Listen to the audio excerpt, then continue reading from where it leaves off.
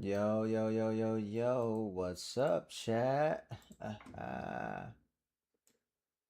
Yo, what's good, chat? What's good? Uh, what's good, chat? It's her air horn. What's up? 3, 2, 1. There we go. Okay, the question is it finding our TikTok? It says TikTok is idle. That's not right. That is not right. That shouldn't be doing that. That shouldn't be doing that. That's not what is supposed to be happening. That's not right. No, that's not right at all. I rewatched the Try Not to Cringe on core television. That shit was so funny. Yeah, man. I'm slept on, bro. One of the world's most slept on creator right now. Alright, okay.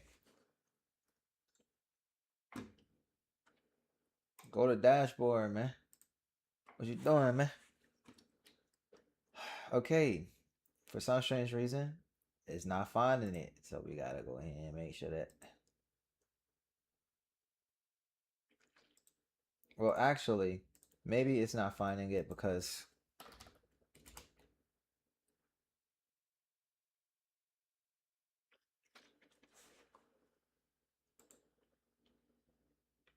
nah, it's just not picking it up. Okay. All right. I'm using something different. Is that down there? Is it down there? Say something. Dom, type something real quick. It should be visible, which is the part where I was like, let me. Okay, yeah, yeah, yeah. It should all be there. Domination DSP says, is what where? Yeah, what at TTS? Okay. Trying to do a little bit of upgrades. Trying to do some upgrades here. Okay, so we got our TTS on, right? Okay, first and foremost, TTS is engaged. Okay, boom. We have just transitioned to slurs. Nah, it's not gonna do it. It's not gonna do it like that, gang. I think you gotta do the TTS joint. Um, I'm trying to figure out, right? So we're using something different. We're using a little bit of a different platform, right? It's called All Chat. I'm trying to get all of my chat synced, combined, connected to one, right? Right now, the only thing that isn't working is the TikTok.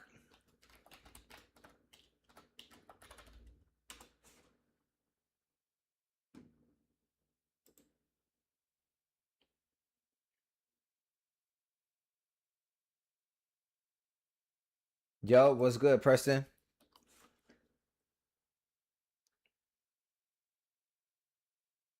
That's the only one we're working on right now. I'm trying to get TikTok connected. So that way people in the TikTok chat can show up as well. Cause I know sometimes it'd be like all sorts of conversations going on like at a lot of different random times. So two things I'm trying to confirm right now. A is if our TikTok chat is functioning properly, connected to our new system. And B if our YT chat is doing what it's supposed to do. Is what where. So right below, boom, right here, chat. You see that? Bam, right there. New chat area. Bam, bam, bam, bam, bam. New chat area. It's if it's too small, then let me know and I can make them larger. Um,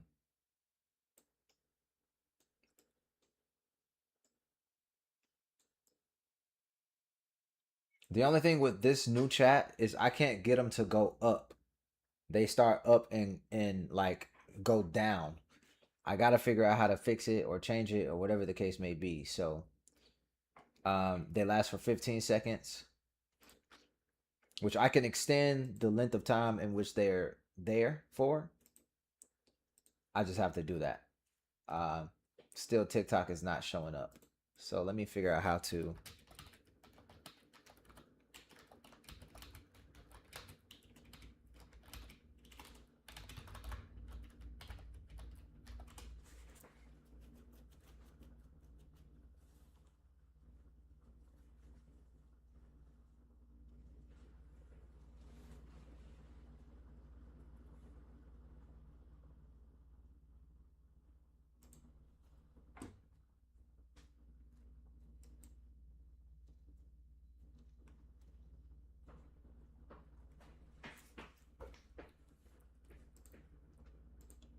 All right. Well, we might be SOL on the TikTok for right now. I don't want to waste time trying to figure that out. But yeah, that's where we are right now, chat. We got a new chat overlay that we're using.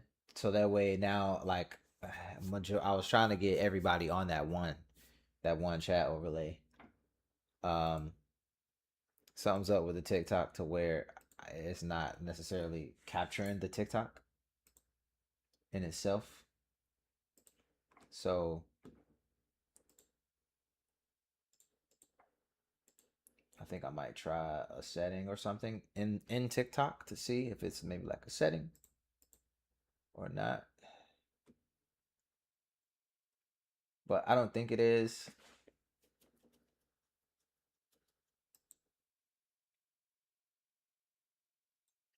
I don't think it is.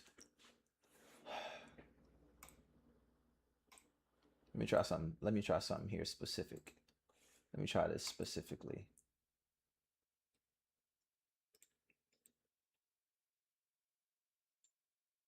If that does anything different.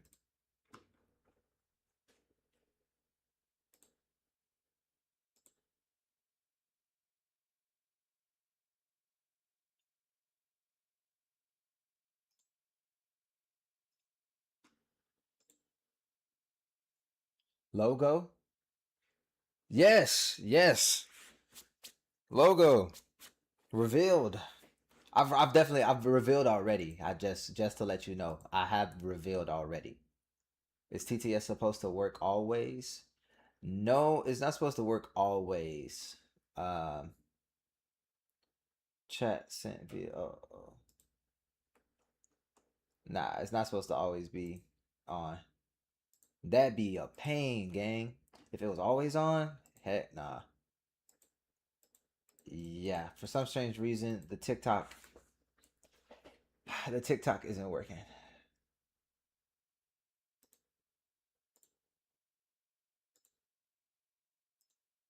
Engagement. Oh, I can run polls and stuff from there. Oh, okay. That's actually kind of dope. Okay, let's see here. Add a platform via authent or enter TikTok using directly.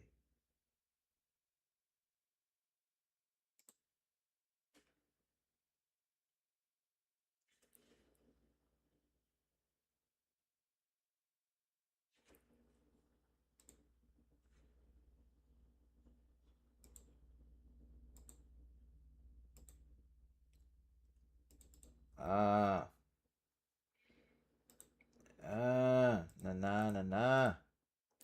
Okay, I'm gonna take the message duration and just bump it up to probably 30 seconds. I think 30 seconds is sufficient. Bam, TTS engagement.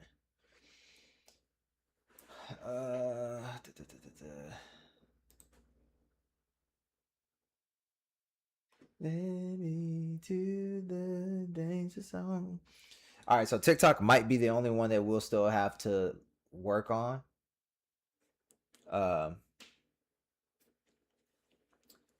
for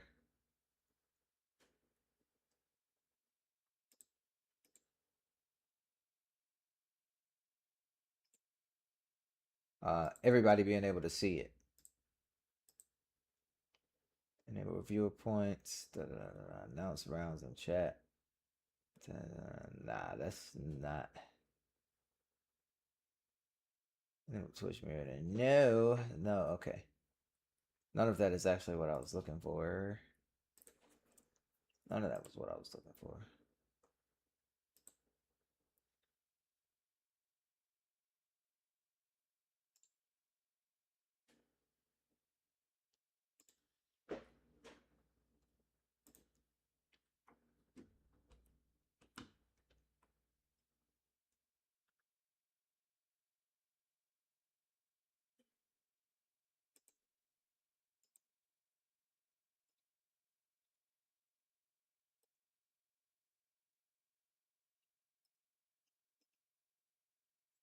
Okay. All right. Whatever. Whatever.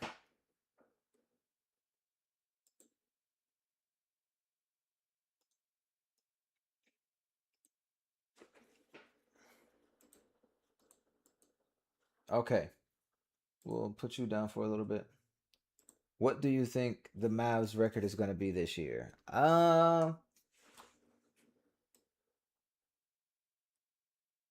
Sure, they probably not going to be that good, to be honest.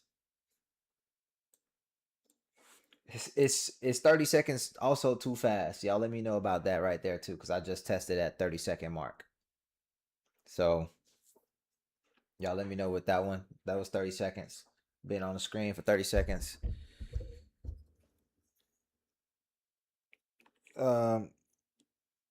I think they'll be maybe like sixth in the Western Conference. But low key, it just depends on their coach. It really, honestly, truly depends on their coach. Because I could say they'll be the sixth seed in the West, but depends on who they bring in as the coach. Because I don't know if they've actually done that yet. I don't know if they've actually brought anybody in as their head coach. So that's gonna be interesting. We gotta wait and see about that first. Preston _ It's Dusty says, May. It's Dusty May. Oh, I don't know who that is. Are you guys basketball teams? Yes, I am. No. Are you an NFL team? Yeah. Are you? No. Nick, are you the Toronto Raptors? No. Mick, does your basketball team play in the NBA? No. I knew it. Yep. The Michigan coach. Oh, okay. All right. I hope y'all ready, cause I am. Let's go ahead and hop right into this. Let's go ahead and get this started, man. This right here is Unserious NBA Awards 2025 to 2026. This was submitted by Dom, of course, because Dom is rocking it right now with the submissions. With the submissions. I said with the submissions. Oh! It's my headphones probably not on. I'm like, why can't I hear it? Oh man, I'm geeking. Okay. There we go. Okay. With the success of our first ever award show, with the success of our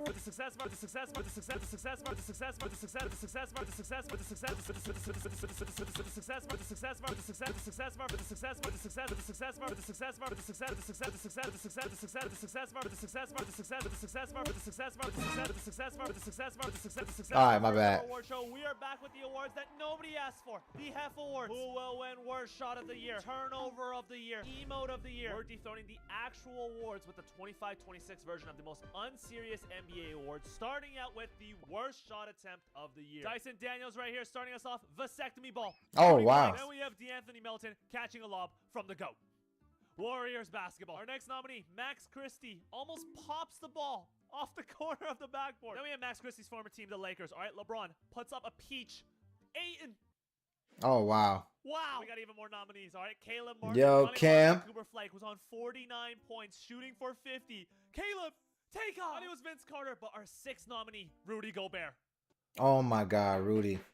That's a Rudy. special shot attempt. Rudy, there. you There's get no that way one, he's bro. gonna believe it. And our final nominee, Is there a Oh, Hornets fan? Bro is dreaming from the crowd. All right, I'm not gonna lie, security, you gotta take him out. Gotta get him out of there. But the winner of the Hef Award goes to Rudy Gobert. The next Hef Award is I said Worst that. Pass of the Year. Let's get it started with Chicago Bulls legend Jaden Ivey right here, directing traffic.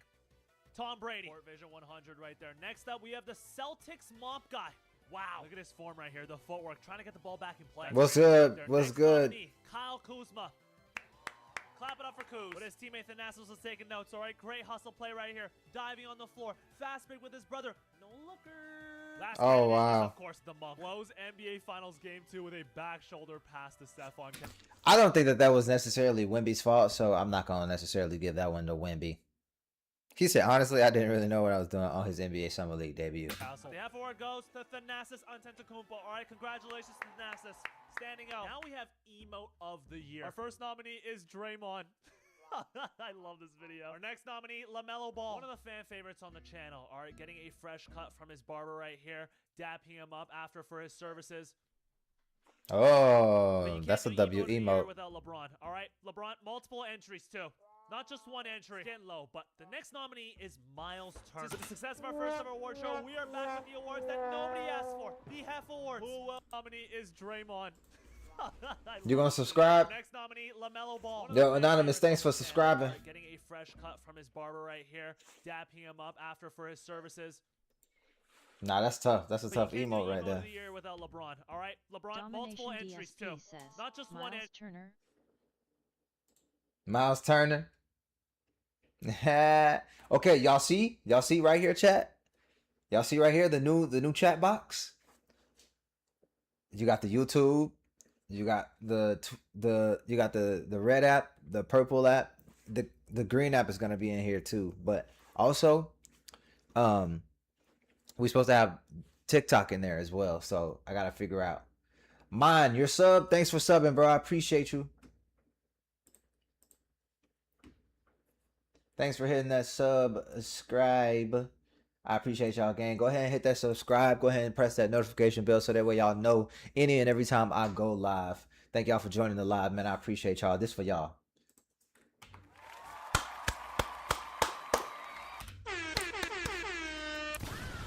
Yeah.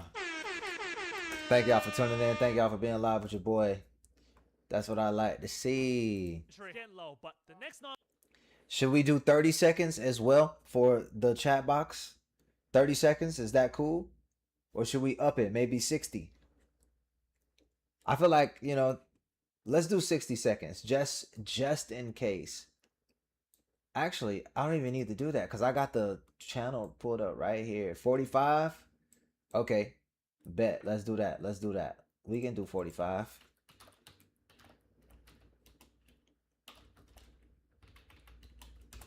Yeah, 45 is good. I like that idea. I just can't wait to get I just really want to get the TikTok on there, bro. Like the TikTok's supposed to be on there. 45 seconds. Save configuration. Copy. Let's just throw you in there just in case. Oh, those. I forgot about those.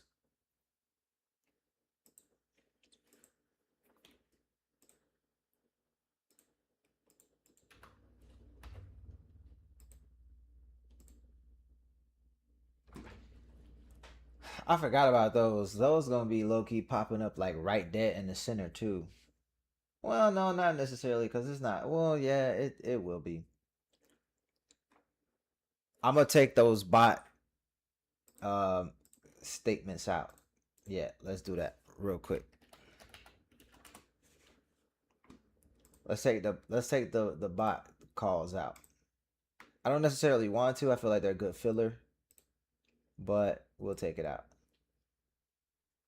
I don't think I necessarily want them in there, you know. Shoot.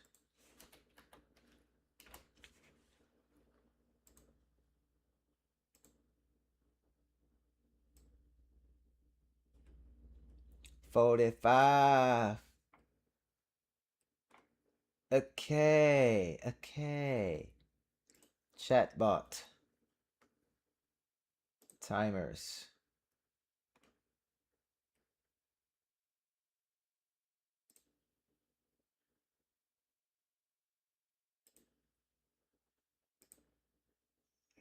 I'll take that one off for sure. I'll take that one off for sure. I'll take that one off for sure. I'll leave that one on. We'll do every 25 minutes. Yeah, confirm. Okay, cool. And then every 30 minutes.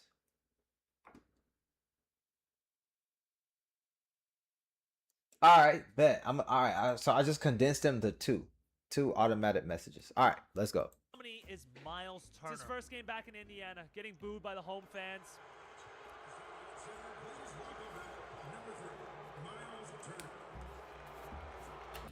That was ass, Miles Turner. Bro, what is that, bro? Stop it. Stop it.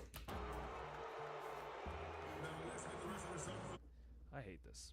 I actually hate this clip. It just makes me cringe. This one's a lot better.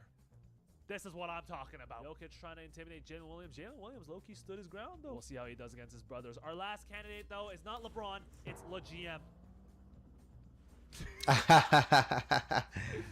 Gabe was traded 3 days later. Not of death, but the winner of the F Award is LaMelo Ball. The next F Award is the worst stat line of the year. Our first candidate is Kyle Lowry. All right, quintuple ones. Decided he wanted to do one of everything. All right, pretty impressive. But his opponent, Jamal Cain. 0 points, 1 rebound in 8 minutes. Minus 32. In 8 minutes. Not only that, he had 6 turnovers in those 8 minutes. All right, congratulations to Jamal Cain. First half award winner, but then we get to clutch performance of the year. This might be the most controversial award all video. All right, our first candidate is Game 7 Western Conference Final, Chet Holmgren. 4 points, 4 rebounds, 1 steal. Why he was looking like that? Yes, buddy, it's your fault that y'all lost. Like, come on, gang. Only 2 shots against his rival Wembanyama in a do-or-die game, but he's got to come up against De'Aaron Fox. Game 5 of the NBA Finals, season on the line, 7 points in 37 minutes. 3 for 15 from the field, 1 for 8. Look at Russ down there. This was a tough. Yo, look at Russ down there in the corner, bro. Russ, bro. What's going on there, man?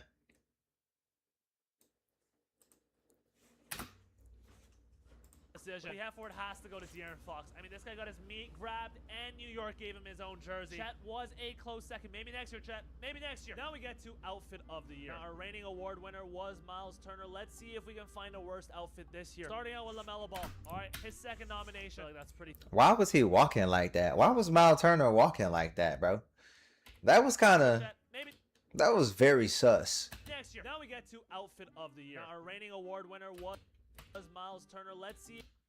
Domination DSP says, because he's effing gay.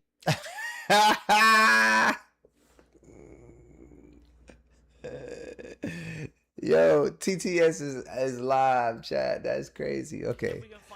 What's good, the king of alts, man? How you doing? This year. Starting out with LaMelo Ball. All right, his second nomination. Like, that's pretty self-explanatory. Next up, we have SGA. Ain't cozy with this one. But our last candidate is Nikola Jokic. With what looks like a pretty regular fit.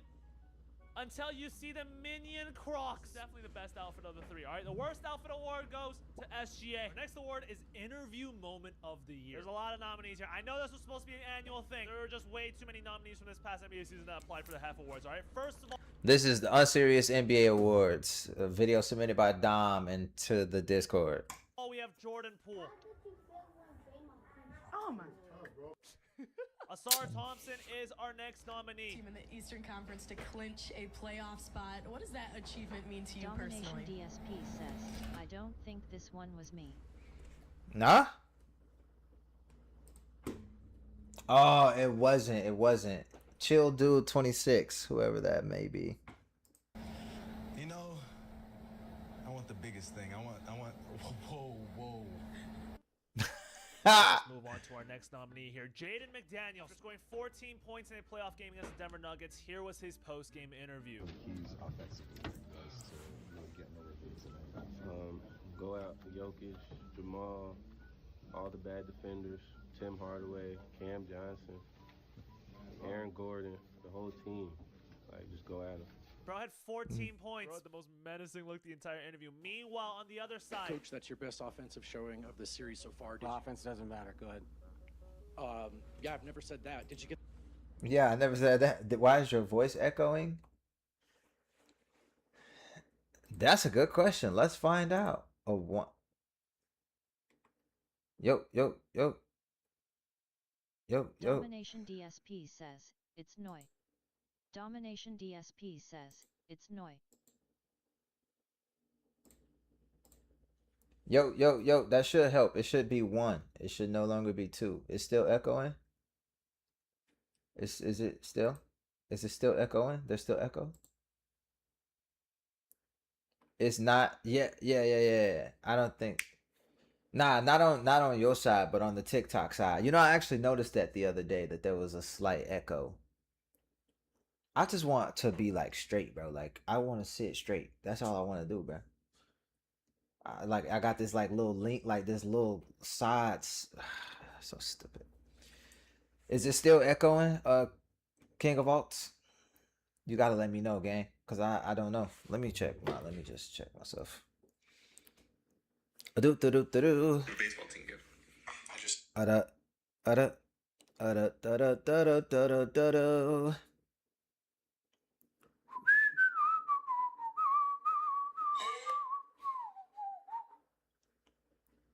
All right. Yo. Yo.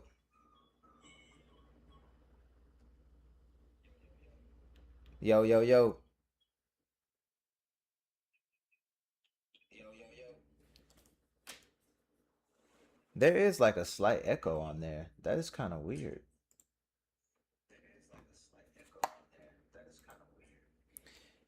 That's why he was saying I sound like I got auto tune on my voice. I don't know what I just muted, but maybe that helped with something.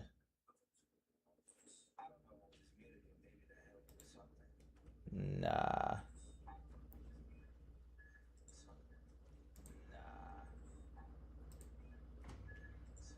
Bro, what the heck?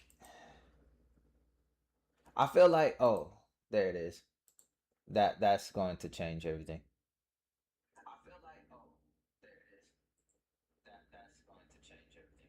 I think that should have helped. Let's find out.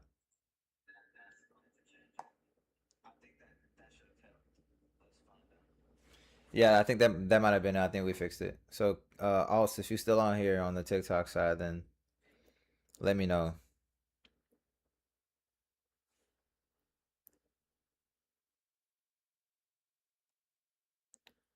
All right.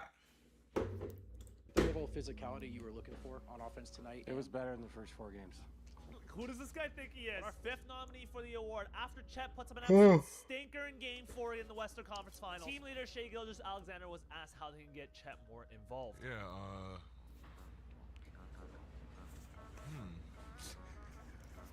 That's a good question. Yo, I've never seen him this confused at a press conference. He shows up confident as hell, talking about, I know all the answers to the test, just gotta see the questions. Our seventh nominee is once again the Monk. All right, his second nomination of the video. Here is his answer when asked about his inflammation from his injury. The inflammation in my body is basically down everywhere except in one place. What would that one place be? Probably my ankle. Okay. Nobody understood the joke. Honestly, that's on the reporters. I thought it was pretty good delivery. But our last nominee for this award is, of course, OG Anunoby. Talk about the difference Coach Brown made and how he brought you all together. Great question.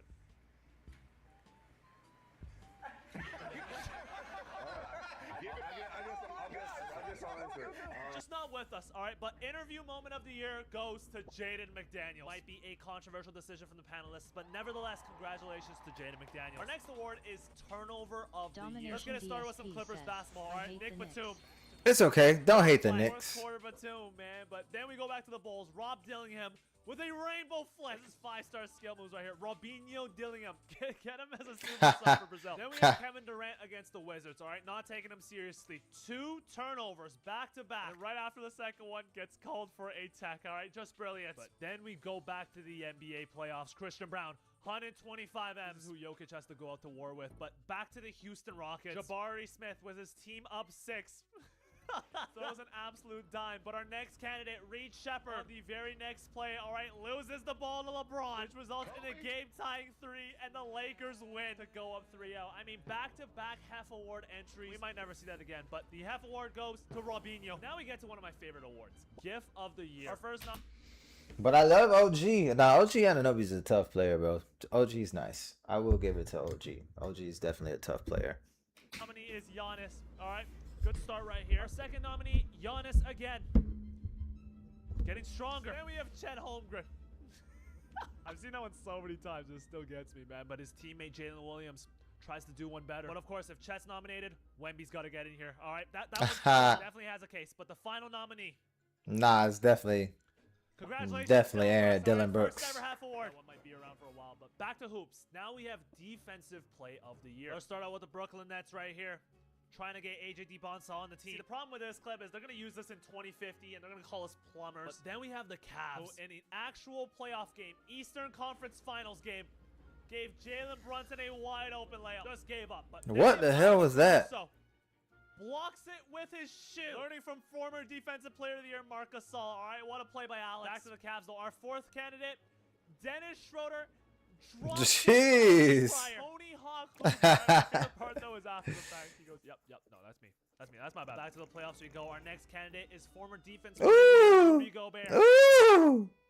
Still looking for the ball. Can he outmeet Lou Dort, who jumps on Mamu? This is Lou Dort help defense right here. All right. Just rides him. Our seventh and last candidate is Desmond Bain. Why did he do that? Desmond actually Nah, I remember when Desmond Bain did that, boy. He launched that ball so hard. It was crazy. previously won an award for this play, but we got to show it again, all right? This season's incomplete without this play. Still have no clue why he did that, but the Hef Award goes to Dennis Schroeder. Congratulations. Hey, hold on. No clue. Look at the kid. Look at the kid.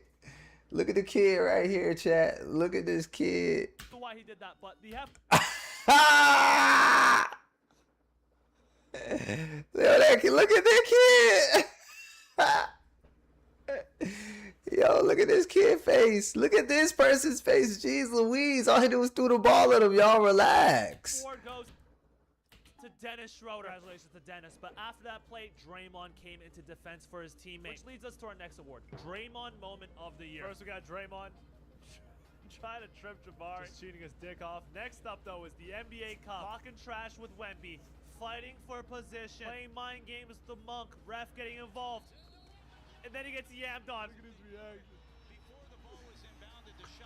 Third candidate right here, he just decides to go for a piggyback ride. I don't know what goes through his head when he makes these decisions, but that Wemby dunk, that was the one. Congrats to Draymond, but then we get to podcast clip of the year. Yeah, they can. They can play. They play hard.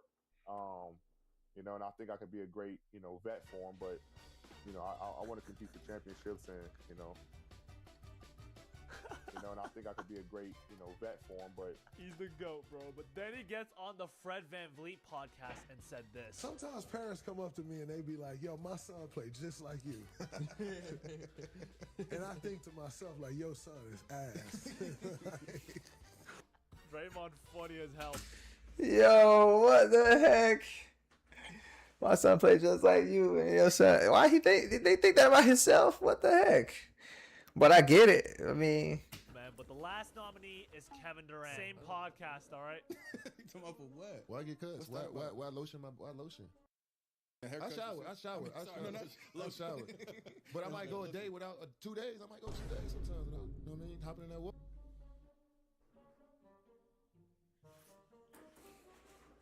We're speechless, Huey Brown. 2 days. I might go 2 days sometimes. You know what I mean? Hopping in that water. Wait till I get to the gym. No. 2 days without getting in the water. I mean, congratulations, Kevin Durant. You have won the Hef Award. My goodness. I still can't believe he said that. Let's just go back to hoops again. Next Hef Award, Ankle Breaker of the Year. Brunson, egg and cheese. All right, on TJ McConnell. Hold the balls. Missed the shot though. TJ against TJ McConnell? Let's rewind that. Let's take another look at that. TJ McConnell of the Indiana Pacers? Starting out with Brunson, egg and cheese. Dang. All right, on Ooh. Let's slow it down just a little bit. Let's slow that one down just a little bit, chat. Playback speed. Yeah, let's go. Let's watch that ankle breaker in slow motion and see what we can get. Starting out going Brunson, egg, and cheese, alright? Ooh! Ooh! Dick and... Domination DSP says, F you Cordell.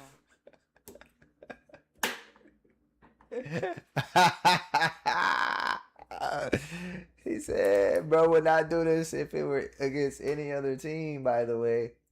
You damn skippy, Dom. You damn skippy. I surely would not. Oh, man. But just because it's the Pacers. Oh, man, I got to. Oh, man, that's funny. Man, that's funny. Balls. Missed the shot, though. McConnell.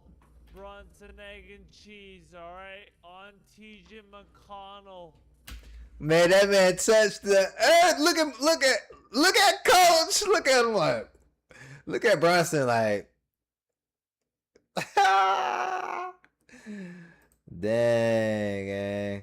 How you gonna let him do you like that, gang? Get up. Let me. Let me.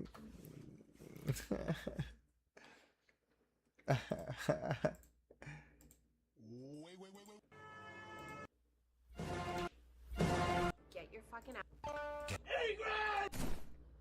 Get up! There we go. There we go. Get up! Okay. Hold the dick and balls. Missed the shot though. TJ comes over, thanks him. Look at his forehead. Dome and a half. Whoa, God. We have Ryan Nemhard. Oh. Two bodies at once. Absolutely filthy. Then we have Jalen Green just pushing off, pointing. Extremely disrespectful. Nah, he Most pushed off though. disrespectful one of them all. DeJounte Murray. Instant tech for this one, all right? Breaks Jamal Shedd's ankles, hits the 3-ball, stands over him. Congratulations to DeJounte. I guess Nah, that's tough. He did that. The next award is Mic'd Up Moment of the Year. First, we have Anthony Edwards.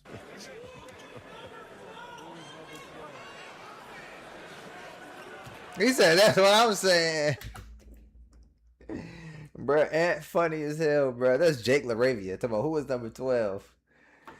That's what I'm saying.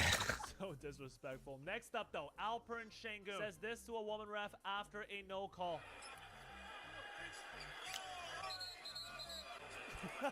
Jaylen Brown, get him out of here! Doing that. Next candidate, James Harden. On my life.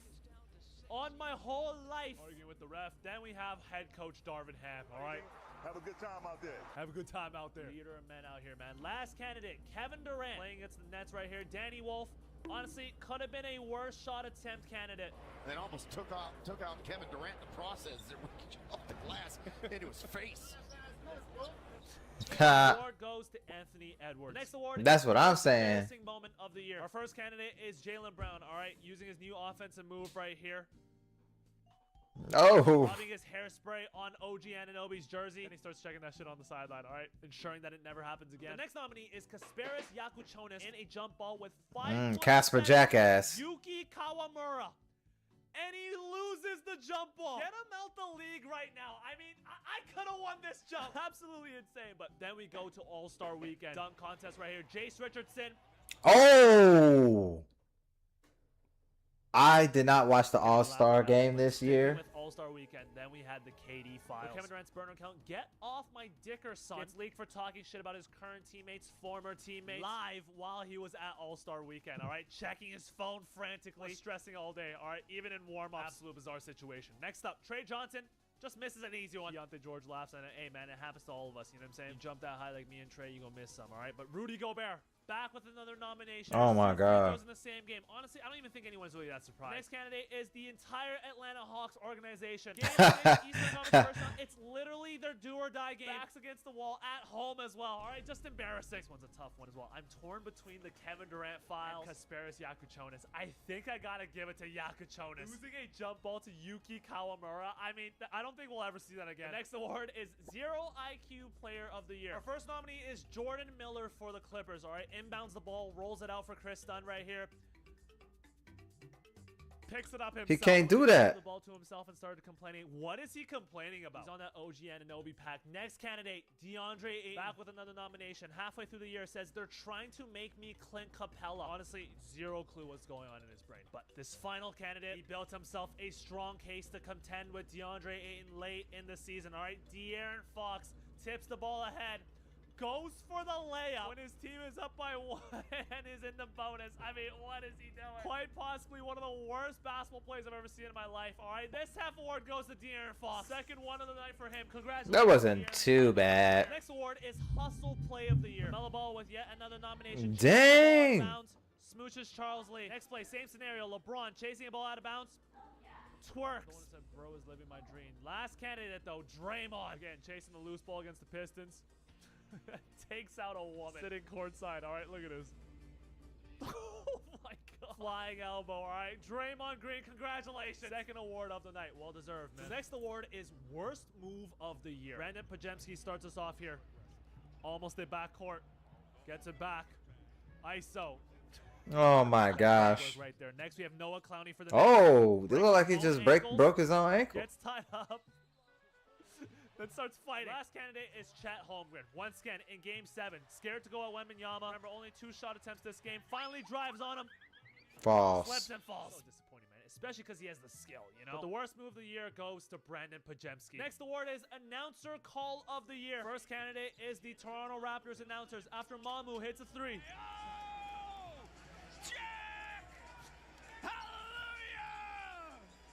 I feel like Red Fox and Sanford and Son. I think I'm going to have the big one right now. Weezy! They're coming again. I'm coming. Oh, my goodness. I'm coming. Oh. They made it 3. Let's just go to the next candidate, Eric Collins. Chicken salad! But we're not done with Eric. All right, back to this Dyson Daniels shot. Let's turn the volume up. Oh! Daniels! Wow! Playoff games, but now we get to the Rockets announcers. This was some frame mogging there by Alperen Şengün after some jester gooning. Like, what is he saying? What? It isn't even a voiceover. But our last candidate was to Mike Breen and Clyde Frazier. Giddy's from Australia. Remember, he was a sex symbol in OKC. All the women they had. See, that's the nervous He's lucky he's Mike Breen. So his job is very secure, but Clyde, you just can't say that on live. It's okay, because not only is he a New York legend, he also gets a Hef Award. Congratulations, Clyde. Second last award of the video. Now we have Celebration of the Year. First, we have Jalen Suggs, looking like Flight Reacts. Then we have VJ Edgecombe in the playing game on Jalen Suggs. Trying to get some time. Why did he do that? I'm so confused. He just pinned him onto the wall. But then we have LaMelo Ball, another nomination. Last candidate for the award is Wembanyama, another nomination for the boy. Celebrating Jets free throw miss. We're giving that one to LaMelo Ball again, all right? Well, finally, we've reached the last award of the season. Performance of the Year. First performance, Jalen Brown. I mean, Jalen Brunson. Game 5. I don't know. Jalen Brown had a nice little 50 piece. Every clutch bucket, put the team on his back. An all-timer that permanently cements his legacy as a Knick legend. All right, what a game. Brandon Pajemski had something to say, all right, because against the Kings, he finally hits 30 points. All right, this is more of a personal one because he couldn't do it for over a year. All right, he finally freed the account. Career high for pods in a loss against the Kings. But our final candidate, none other than Bam Adebayo's 83. All right, I'm yelling Bam. Breaks Kobe Bryant's single game record with 83 points against the Wizards. The most unexpected performance of the season. If Bam win this one, Brunson was frying, but I gotta give it to 83. nah, hell nah, hell nah. You tripping, bro? It got so dark outside. It's crazy. Slow that one down. That's what I'm saying. Why'd you get at the Bam, bro? That's crazy.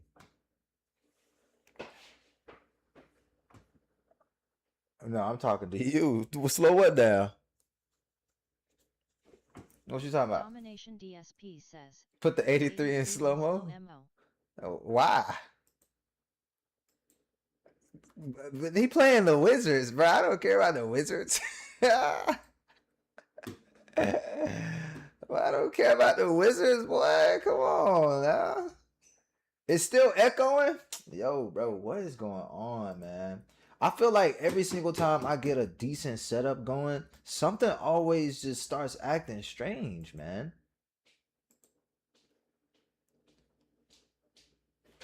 Even worse? Duck for dinner. Why? Well, they killed our green onion.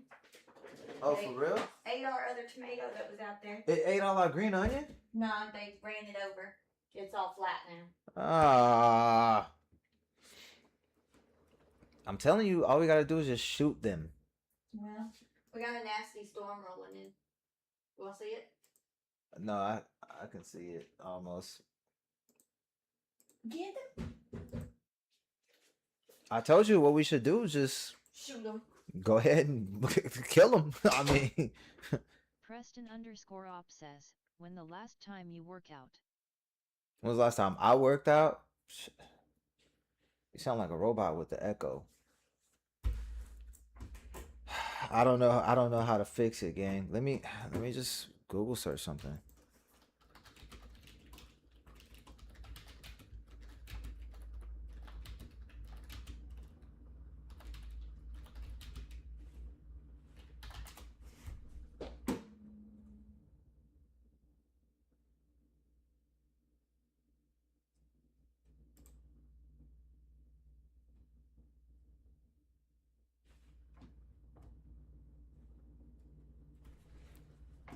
Oh my gosh. I'm trying to think, right? I'm trying to think about how I could why there could be an echo. You know what I'm saying?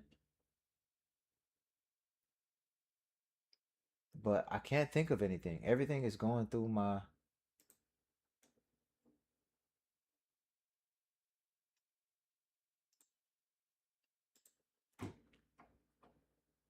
It's the last time.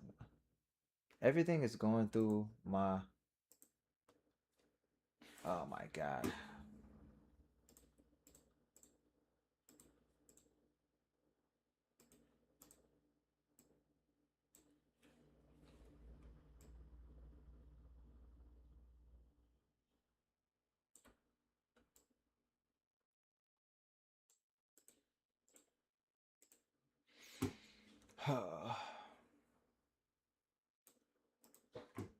Okay. No, no, no. Last time I worked out was probably a couple months ago. It's been a minute since I hit the gym. I need to start going back though. Audio. Default headset device. Select speaker. Default headset device. Okay. Video. No. Audio. Bitrate. That's fine. Scenes. Power chat.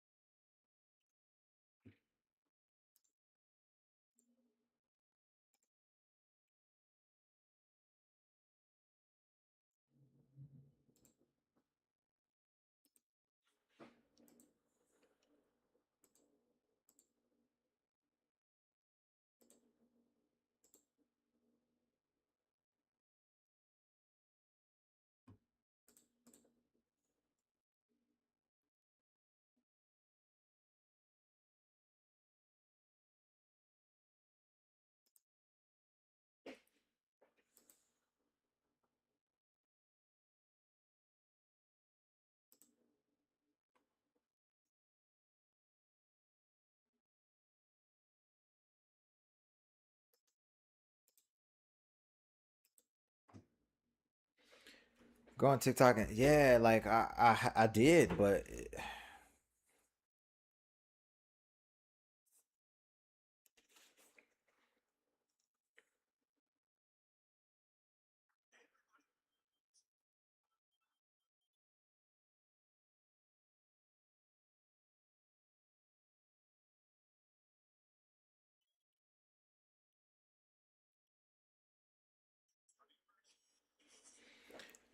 oh god.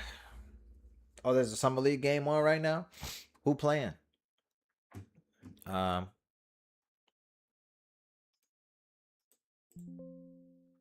Yo, yo, yo. Okay, okay, okay. Virtual camera. Filters, background, appearance. Nah.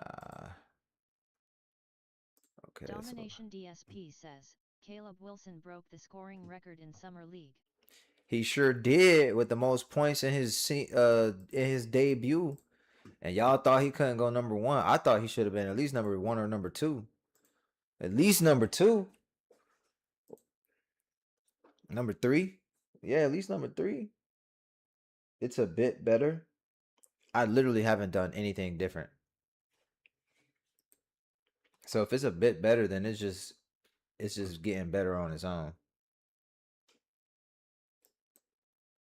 How about now? But maybe I don't. But I gotta make sure I can hear stuff though. Everything we do, we going dummy. Nah, because AJ went bonkers and Darren is Kobe Bryant. AJ did go bonkers. I will agree with that. Darren Peterson had 10 turnovers almost. He almost had a quiet. He almost no wait. How many turnovers did he have? He had 9 turnovers. 9 turnovers. No, 8 turnovers, 9 fouls, bro, in his debut. But he scored 24 points. So I did see that. But at the same time, you got to work on that, buddy. Echo cancellation. Auto bleep. Ducking. No. He had 9 fouls, he said, because he had 9 to give. Oh, my God. Yeah, whatever. Tell me that's not a Kobe thing. No. That's definitely not a Kobe thing. Kobe's much more disciplined. Kobe will not do no shit like that.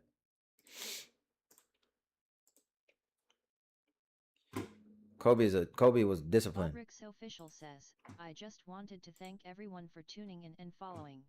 If you are here lurking and haven't followed yet, then you should consider doing that right now. What the hell is Botrick's official saying shit for? Shut your ass up. Okay. I don't know if y'all. I'm gonna need y'all help with me adjusting this box right here because I don't want it too big. You know what I mean? Like, I don't want it all up in my face. But yo, this is a nice little angle though. Your boy look kind of good. Your boy look kind of good. Chat, hold on. I might have to start aura farming. Shit. I might have to start aura farming. 63. What's good, Diane? I might have to start aura farming. Shit. Your boy look kind of. Bruh, come on, man. Let me have it, bro.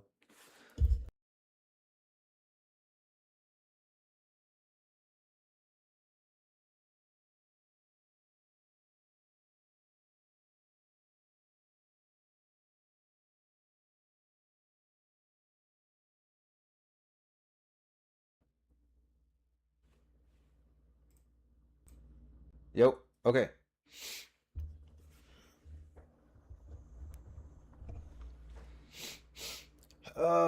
They got Carter Bryant going crazy right now. Of course. I'll have to figure it out on another day, bro. I don't understand why. I think it just might be the PC, bro. Sometimes the PC just be acting dumb, bro. Oh, these are Preston's.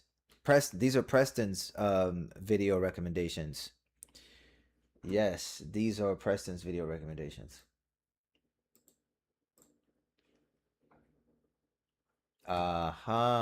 Yeah. Okay. On to the next video recommendation. Hopefully the volume isn't going dummy again. I mean, not the volume, but hopefully the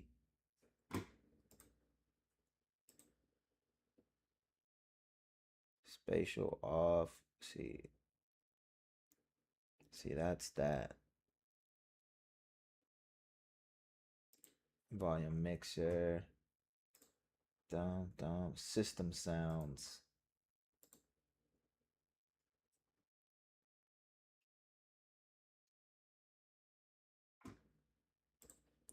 All right. Well, we're just going to have to find out. If you're still on TikTok, let me know what this sounds like if y'all are watching from TikTok. All right.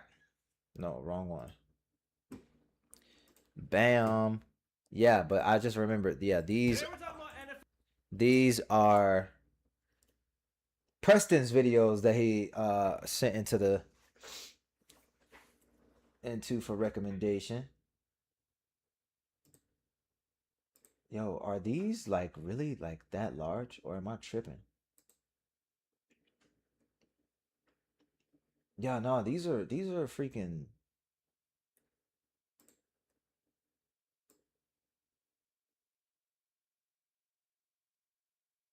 These are going crazy, low key. I don't want this here, bro. We're gonna have to change this. We're gonna have to change this. I did all of these test runs last night just so I would not have to go through this. But I didn't realize how much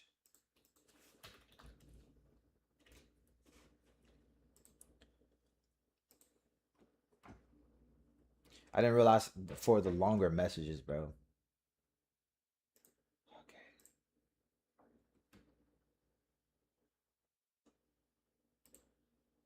Let's go to appearance. So it's a little quick little theme. Turn the theme.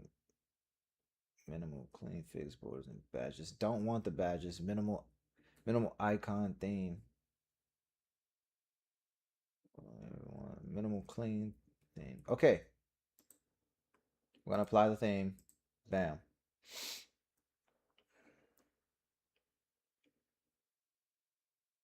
Okay. We're gonna apply that theme. Appearance. Filters. Text to speech. Enable TTS. Browser free. Cool. Speech rate. Dang. Boom. Boom. Boom. Sample priority only.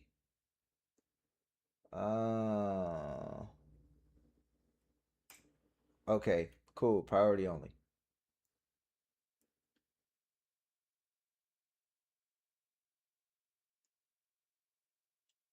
Okay. Got it. Got it. Got it. Got it. Bam.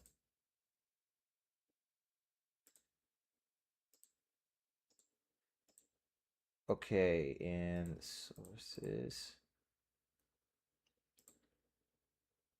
Engagement. No.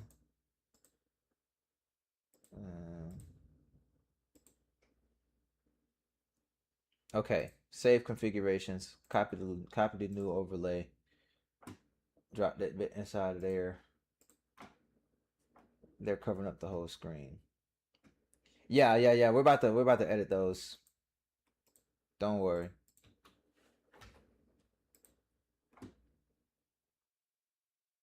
Okay. I just don't want them too small, you know what I mean?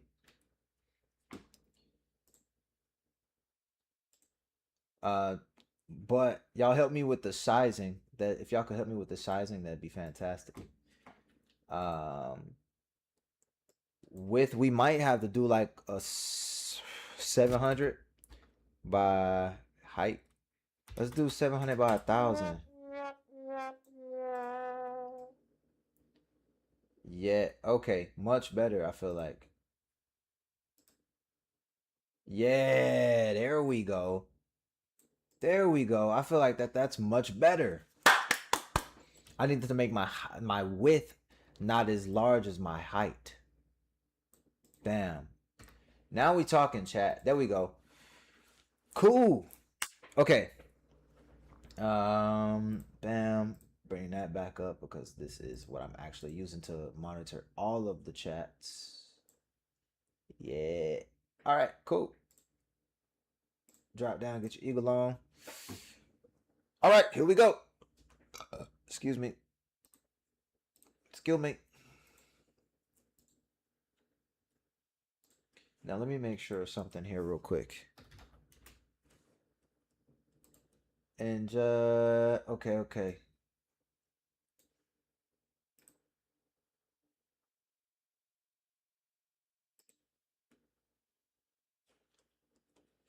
I don't mean to say this often, but the long ain't for the long talking out beasts. Okay, I see what's happening there. That's not gonna pop up because this is not the most popular stream. Okay, this one is, that makes sense. All right. All right, let's keep going. NFL Youngboy, aka George Pickens. Today we're talking about NFL Youngboy, aka George Pickens, who's been playing like the best player on America's team. He refuses to be normal on the field. We're talking about his movement patterns, his behavior, celebrations, randomness. He's an absolute menace. From fighting in college, going miserable on the Steelers, to becoming the star wide receiver of the Dallas Cowboys. Let's take a look at how he became an absolute crash out. Coming out of high school, he was a 4-star recruit, #1 in Alabama. He really didn't do nothing crazy this year. He originally commits to Auburn. All right, look at his smile. He's ready to make a difference for the Tigers. And the reason why he committed to Auburn was because his 7-on-7 quarterback was Bo Nix, who committed to Auburn back when he had college eligibility. So this was a long time ago. So fast forward to signing date, December 2019. Everyone is expecting George Pickens to commit to Auburn. I mean, look at his smile. He wants to be a Tiger. But this is when people found out that there's nothing normal about George Pickens. He pump fakes all of Auburn and commits to Georgia on signing day. He was committed for nearly 2 years. He didn't feel like going to Auburn. And Auburn players got mad as hell. I knew this was coming. Better stop playing. Drop that check. They're accusing him of getting paid. Anthony Shorts, who was an Auburn Tiger, he dropped the money bag symbol. Even Auburn's head coach said, I usually don't okay, hold on. I usually don't comment on players who go elsewhere, but he was committed to us for a while. The good thing is that we have a lot of big-time receivers who are young. That's not going to bother us. This is something that somebody would say if it bothered. But a last-second decision, flipping his commitment, was nothing compared to what he was about to do at Georgia. Freshman year, Georgia. Sometimes it really just be your team, and when you playing for America's team, the best team in the country, when it comes to football, you know, it makes you stand out as a player, you know. But sometimes there are times where, you know, if you're playing for America's team, you can end up doing dumb stuff. So let's keep George Pickens away from that dumb stuff that can potentially and sometimes happens when you're playing for the Cowboys, okay? And immediately gets into a tussle with a DB from Georgia Tech, all right? Straight to the wall right there. I ain't going outside today. He got ejected for this game. He was already suspended by Kirby Smart for the first half of that game for violating team rules. When Kirby Smart, who's the head coach of Georgia, was asked about the incident, he said this: "Don't be stupid. It's just silly. It's selfish. It's undisciplined. It's why. You have to ask yourself why. But you live and you grow up and you love them. And look, I love George Pickens. All right, Kirby Smart loves us from George Pickens. Can't really blame him. This guy's got all the talent in the world. There's no reason why he was a #1 player coming out of Alabama. Tech wrecked my camera gear. George Pickens accidentally destroyed a $7,000 camera. Anyway, so he gets suspended from a game that he already got suspended from, and they end up getting blown out in the SEC championship game against LSU. And this is just a start. All right, it's his first year on campus. He's just getting his feet wet. Now moving on to his sophomore year. He's spraying water on the other team's quarterback. Tennessee quarterback slips onto the sideline and Nah, that's funny though, bruh. That's hilarious. Once again has to rip him in the press. When somebody comes out of bounds and you squirt water at them, what are we? Are we 7 and 8 years old? He's clearly frustrated. So freshman year he gets into a fight. Sophomore year he's Okay. In GP's defense, right? That fight wasn't his fault, bruh. That fight wasn't his fault, but it looked like the DB started it, bro. And so, like, what you gonna do? Not defend yourself? Come on now. That one wasn't GP fault. This, however, is hilarious. The water bottle, but that's not even crazy, bro. It's literally just water, bro. What if he was thirsty? He's clearly frustrated. So freshman year he gets into a fight. Sophomore year he squirts water on a quarterback. And junior year he tears his ACL. Oh no! He needed to have surgery. He missed most of this year. But Georgia plays well, and when they play well, they play deep in the year, which gives George Pickens time to return to the lineup. And so we fast forward to the college football semifinal. All right, 27-3. Look at this. Look at this. He shushes the sideline. And then he runs him over.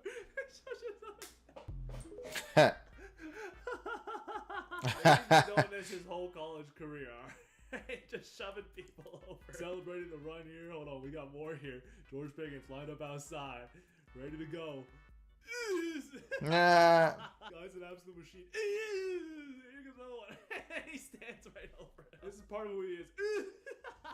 They Oh make my the national gosh. championship game against Alabama, and they're throwing the deep bomb to guess who?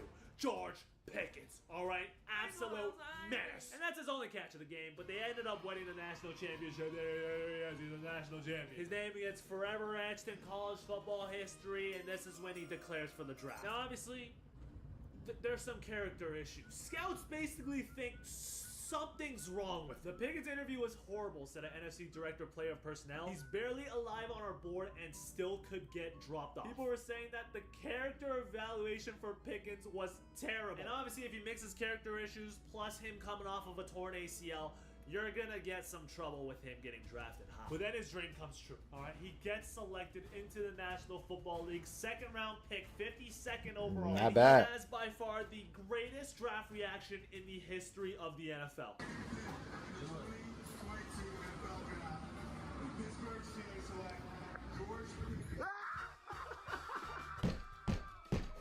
Look at how he's standing. That's a wide receiver run. You combine this reaction with everything. Yeah, bro. The NFL crowns him with the nickname NFL Youngboy. And if you didn't, The NFL came up with that for him. The NFL came up with that for him. The NFL young boy. What interesting, man. Nah, that George Pickens is hilarious, bro. think he was I like Pickens, bro. already. There were 10 receivers drafted before him. This just added fuel to the fire. So it's his rookie year, all right? And Steelers fans are excited about the receiver. I mean, this guy can make incredible catches like this. Oh my god. He's got all the talent in the world, all right? But he's got to crash out. Steelers, Bengals, onside kick.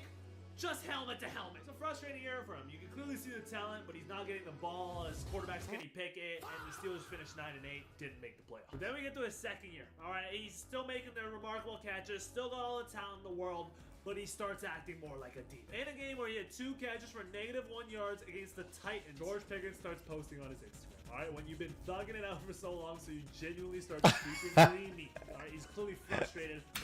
Nah, bro. George Pickens is hilarious. George Pickens is the real definition of a real nigga, bro. That's all George Pickens is. He is a real nigga, bro. Kenny Pickett. But similarly to Kirby Smart, Mike Tomlin is enabling this behavior. All right, he sees the talent of George Pickens and he wants him to be great. He's defending him in the media. This is very similar to how he treated Antonio Brown. When he was on the Steelers, he live streamed the Steelers locker room after a playoff win versus the Chiefs. And then he threw furniture out of a 14-floor apartment window. They still kept it. And when AB left the Steelers, we saw all the issues that were behind the scenes all those years. All right, so Tomlin's doing the same thing here for Pickens. But the Steelers go 10-7, and George Pickens makes the playoffs for the first time in his career, where he starts crashing out. He's pissed, man. Look at his face. I mean, he does have a point. I'm not gonna lie. He definitely got pass interfered with. Yeah, clear tug on the hip. Refs are tripping on that one. But his third year on the Steelers is the ultimate George Pickens experience. First of all, this guy's his quarterback. So, automatically valid crash outs. I'm giving him a pass for everything I'm about to show you guys, strictly because of this guy. Week 7 against Dallas, George Pickens, open effing always. 10K fine. I'm fully convinced he spelled it the wrong way around. But I'm gonna let it slide because it's GP. Then in the same game, they lose by 3. Yoink. Week 10, Russell Wilson throws an interception. Bro, why did he tackle the other guy? Bro did not care about the ball. 17K fine. Then in week 12, they lose against the Browns. Guess who's in the middle of a scuffle? George Pickens. Hail Mary at the end of the game gets thrown up. George Pickens doesn't care. Just starts fighting. Week 17 against the Chiefs. He shows up late. They ended up losing this game against the Chiefs, and reporters asked him after the game about not being on the same page with Russell Wilson on the interception. It seemed like you and Russ weren't on the same page on that interception against the Chiefs. How does that happen, and what do you guys do to address it? You said me and Russell wasn't on the same page? Yeah, well, that's what he said. That's what he said? Yeah. Or is that what you said? That's what he said. How do you just address that? Alright, thanks, guys. Hey, if you ain't got nothing nice to say, don't say nothing at all. GP, that was a smart move, George. He plays exactly like his personality, alright? It's just the most random, most abnormal thing you'll see in your life. Like, this clip perfectly describes George Pickens. Just arguing with his teammates. He's just so random. He really is. There's nobody in the NFL like him. He loves hopping. He loves jumping. The hurdle is like his favorite move, all right? Even if it fails, it just looks funny. This is my favorite one. He's just not normal, man. Here's him after a touchdown. Just runs away from his teammates. And along the sidelines, he goes. It's kind of funny. He's a one-of-a-kind. He's very abnormal. This is my favorite one. He catches a touchdown on Marlon Humphrey. The two of them actually went to the same high school. Look at his celebration. And he continues to be an absolute menace on the field. All right, Sean DB just throwing his body for blocks. He's lost his mind, man. To be honest, I can't. Hey, no lie. That's a very effective blocking tactic, though. Just push the nigga. Because they already be like getting ready to backpedal. Oh, man, I'm so glad he's on our team. I'm so glad he's on our team. Him and CeeDee Lamb are about to go stupid this season. Again, bro. A full season. Healthy Dak. Healthy line. Healthy CD. Well, we definitely going 13-3. They blame him because his quarterbacks in Pittsburgh have been Justin Fields, Mitch Trubisky, Mason Rudolph, Kenny Pickett, and Russell Wilson. I feel like any wide receiver would lose their minds with that type of quarterback play, all right? But then he gets traded. Can't forget that one. Sometimes you have to throw your body at them, yeah? Sometimes you do. Terrible effing defense. Yeah. With an improved defense. I think our defense is going to be much better this season. Trust. First time with a new defensive coordinator, I think the defense is going to be much better. Said they want to grow up, all right? They acquire Aaron Rodgers. They get rid of George Pickens. They traded him and a 6th-round pick for a 3rd and a 5th-round pick. And at the time, ESPN was grading this trade better for the Steelers because George Pickens was seen as that big of a locker room cancer. But George Pickens was living his best life, all right? He hasn't stopped smiling since leaving the Pittsburgh Steelers. And that's partly because he has his new partner in crime, CeeDee Lamb, who's also one of the NFL's best receivers. These guys start developing a bond. Look at this cold-ass handshake. Oh! They even got suspended together. Alright? Look at these goons. And CD had his back, alright? He tried to tell reporters that him and Pickens missed the curfew after dinner. But Cowboys Vice President Stephen Jones ended up revealing that Pickens missed a team bus on game day, which led to him getting benched. So it was 2 different reasons. But CD tried to cover up for it. But these guys this year have been the most dangerous wide receiver duo in the NFL. And it starts with Pickens. 2nd in the league in receiving yards. Yeah. Fans are saying he's better than CeeDee Lamb. Stop the cap. Stop the cap. Stop the cap.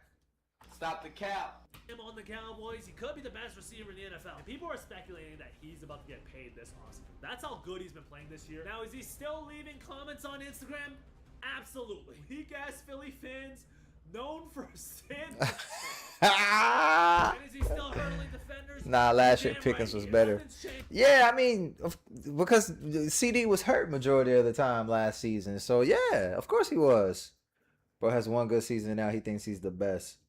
CD redemption year. I'm not gonna say he the best, but I definitely do think that he's gonna go crazy again this season. Him and CD are gonna go both crazy. They both gonna go crazy. If CD stay healthy this season throughout the entirety of this season, that's gonna be one dynamic duo, bro. Offensively, they're gonna go so crazy. All right, thanks for sending that video in, Preston. That was a W. We got another one right here for from Preston coming through. Another football one as well, bro. These are kind of exciting because we're definitely gearing up for football season. It's almost around the corner. Cam Skatabooski. All right, let's go. Got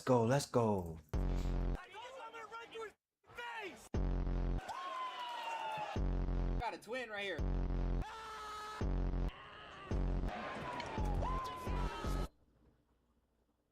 Today we're talking about Cam Skattebo, who's the New York Giants running back who just drank beer out of his shoe after hitting 1,000 subs on Twitch. Although he snapped his ankle in half a couple of weeks ago, this guy has become a viral sensation. From concussing himself before practice to ripping his shirt off on national television, we're going to take a look at how we got here with Cam Skattebo. Starting out with his college career at Sacramento State, there's a young Cam Skattebo right there, full head of hair. So coming out of high school, this guy only has one D1 offer, and it's to Sacramento State. All right, here he is in high school right here, 2018. He was a high school junior. I mean, just running over people. Look at, oh my god. Oh, oh my. Bulldozing.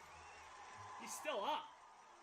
Oh, Beast mode. Just going I was about to say Beastquake. Sacramento State number 2 on the depth chart behind this guy, Elijah Dotson. All right, look at that smile. Star running back in the making right there. Until Elijah Dotson leaves mid-season due to family reasons. So it's a classic movie story. Scatabo steps up. He becomes Big Sky Offensive Player of the Year. He has all these yards, all these touchdowns, all the Sacramento State hugs. And I mean, this guy was doing everything. All right, he was running the He said, offense. "Oh." He was on special He said all the Sacramento State huzz. teams. He was doing everything he could to help his team win, playing exactly like how he plays today, all right? Carrying guys into the end zone. So he blows up the FCS. Sacramento State end up 12-1. But Oh my gosh. 24 hours after their final game, Sac State's Troy Taylor, his head coach, leaves and goes to Stanford, takes his running back coach with him. And that results in Cam Scatabo entering for the portal just a couple of days later. Now, this time around, Scatabo hits the portal, and there's a lot of teams calling for him, all right? It's not like his high school days where there was only one offer. And this is pretty much the start of when Scatabo's personality really started to show throughout the nation. So Scatabo commits to Arizona State coming out of the portal. All right, this is head coach Kenny Dillingham right here. And the Sun Devils are not good at football. They're not known for football. They went 3-9 the year before. They're projected to be last in their conference. But Coach Dillingham builds his offensive system around Scatabo, and they start running football. Look at his stat line, 177 yards and 3 touchdowns. He's basically the focal point of the offense. And this is where the CTE allegations begin. I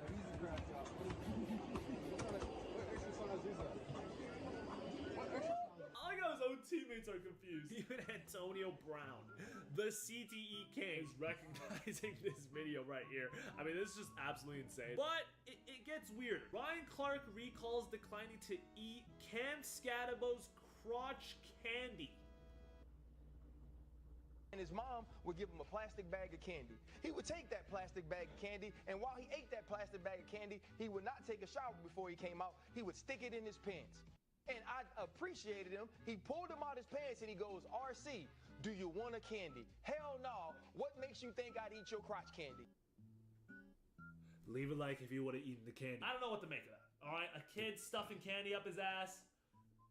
But the team is winning, and this guy's running nuts, all right? This guy is taking over college football. His running style is infectious. This guy is... He low-key remind me of Peyton Hillis. For those who know, if you know, you know. But Peyton Hillis, that's who he remind me of as a running back.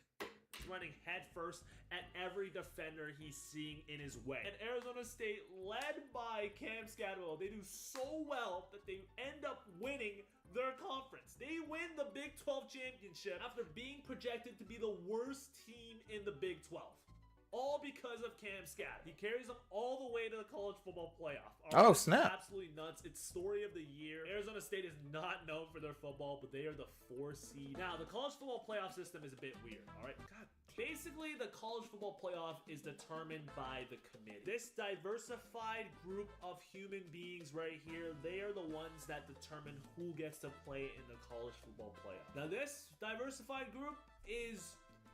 they're pretty bad, or I should say they're accused to be pretty corrupt, all right? And Arizona State, although they are a 4 seed, they're not looked at as the 4th best team in the country. And in short, the reason for this is because Arizona State plays in a conference that is generally weaker than, let's say, at the SEC, where you have teams like Alabama and Georgia, or the Big Ten, where you have teams like Ohio State and Michigan. But because in college football, there's basically 4 major conferences, and Arizona State won one of them, they are regarded as a top 4 team when it comes to seeding and determining how the tournament bracket is. That makes a lot of sense, though. Against Texas in the Peach Bowl, all right? Yeah. The final of the college football playoff, and they're a 13.5-point underdog, which basically means they're not supposed to win this game. They're not even supposed to hang around. They're supposed to lose by at least 2 touchdowns. And Texas is the 5 seed, so they're ranked lower than Arizona State, but Texas is Texas, and they're the favorites for this game. So we get to the Peach Bowl, 4 seed versus 5 seed, Arizona State versus Texas.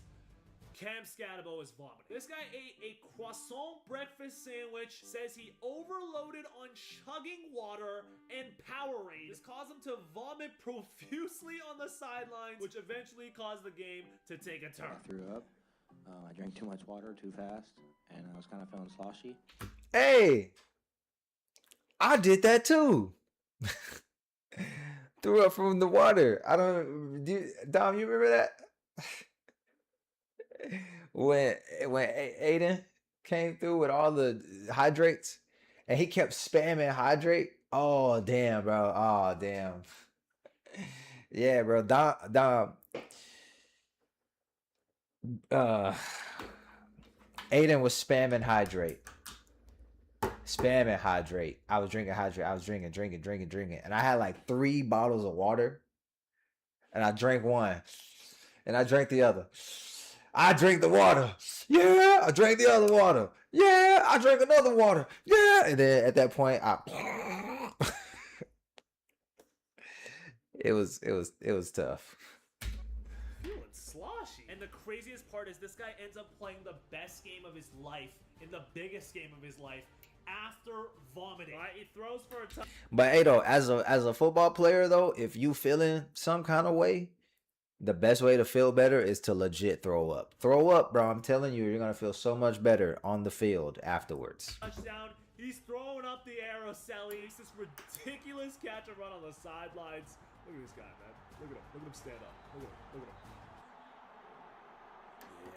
No helmet. This guy's an absolute monster. They ended up losing this game, but he played so well. He ended up winning MVP of the game in a loss. 284 total yards in this game. I mean, this is something that never happens, all right? And this guy goes on a heater, all right? Nick Saban's calling him his favorite player in college football. I mean, this is Nick Saban. This is like the greatest coach in college football history. And he played so well and had such a good story that he finishes 5th in the Heisman Trophy voting, which is the trophy they award to the best player in college football. This guy was the 5th best player in college football.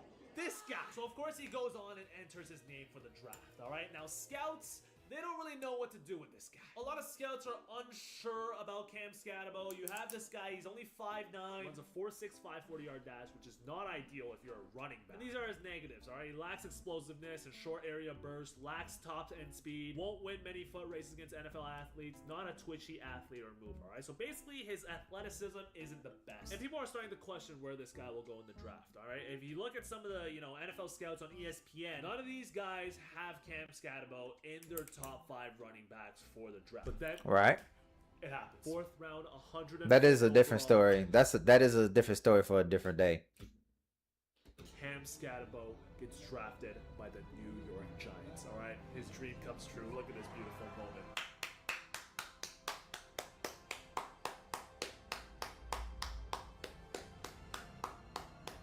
Starts doom scrolling right away. On IG Reels right away, all right? New York Giants running back. Look at that, man. Gotta be happy for him, man. What a moment, man. So now he's in the National Football League, the biggest stage for American football. And he turns into peak final boss, final form, true national sensation, Cam Scatabo. I'll let his teammates tell the story here, all right? Here are his teammates giving their best Scatabo impression. Hey, let's go! Oh, shake his head. Boom. Boom. Oh.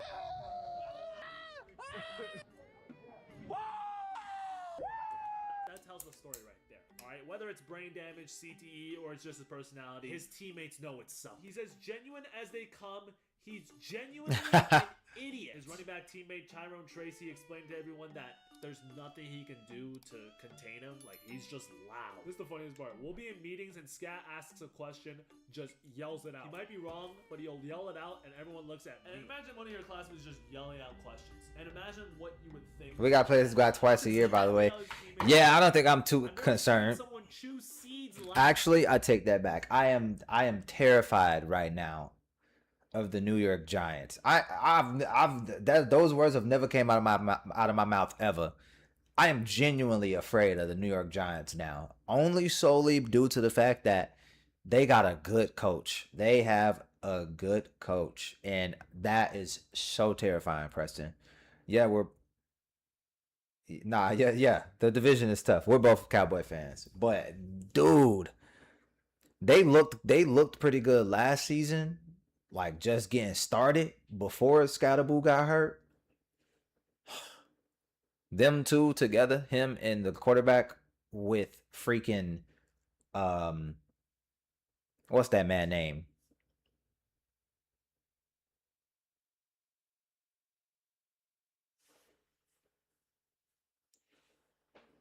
With that head coach. Yeah.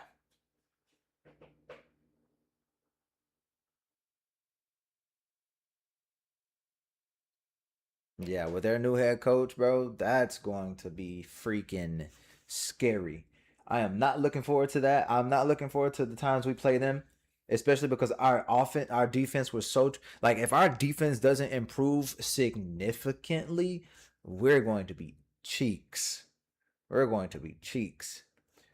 Who would have thought Jalen Hurts would be the worst quarterback in the division? Damn near that boy either sucks or has a terrible coach. Jalen Hurts.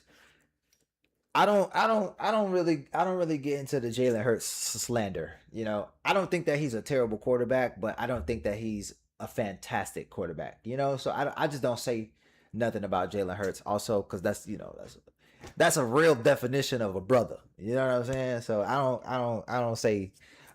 don't do no Jalen Hurts. No Jalen Hurts slander will come out of my mouth. Totally real. Pipe Pippo Bex, what's good? How you doing, gang? He eats loud. He does everything loud. It's quiet in the meeting room, and he's munching on seeds, and I'm like, this. I'm not saying that because of that. No, bruh. I never slandered. It's Swipe. What's good, Swipe?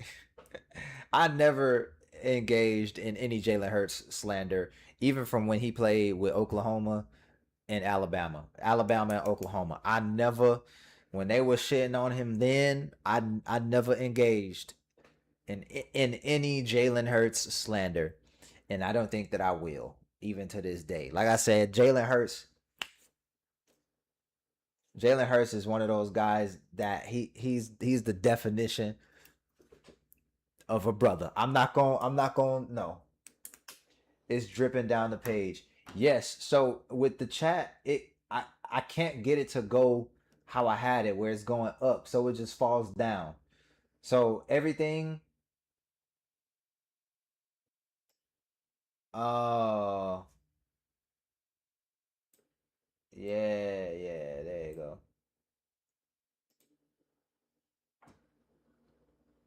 It goes from up to down or something like that. I gotta figure it out, bro. I haven't figured out a way necessarily, and I don't know how we're gonna do it, but we're working with it right now. So that's what's going on with the chat. Okay, let's keep it going. Not normal. His teammates are comparing him to a Tasmanian devil. All right, this guy's perfect. Also, low key, that used to be my nickname when I was a kid. My mom used to call me Taz. Ironically, my mom used to call me Taz because she said I was very, very similar to Taz, the Tasmanian Devil on Looney Tunes. Personality is definitely showing through, but he continues to ball like how Cam Scatterboo balls. You're not that guy. Ah, yeah.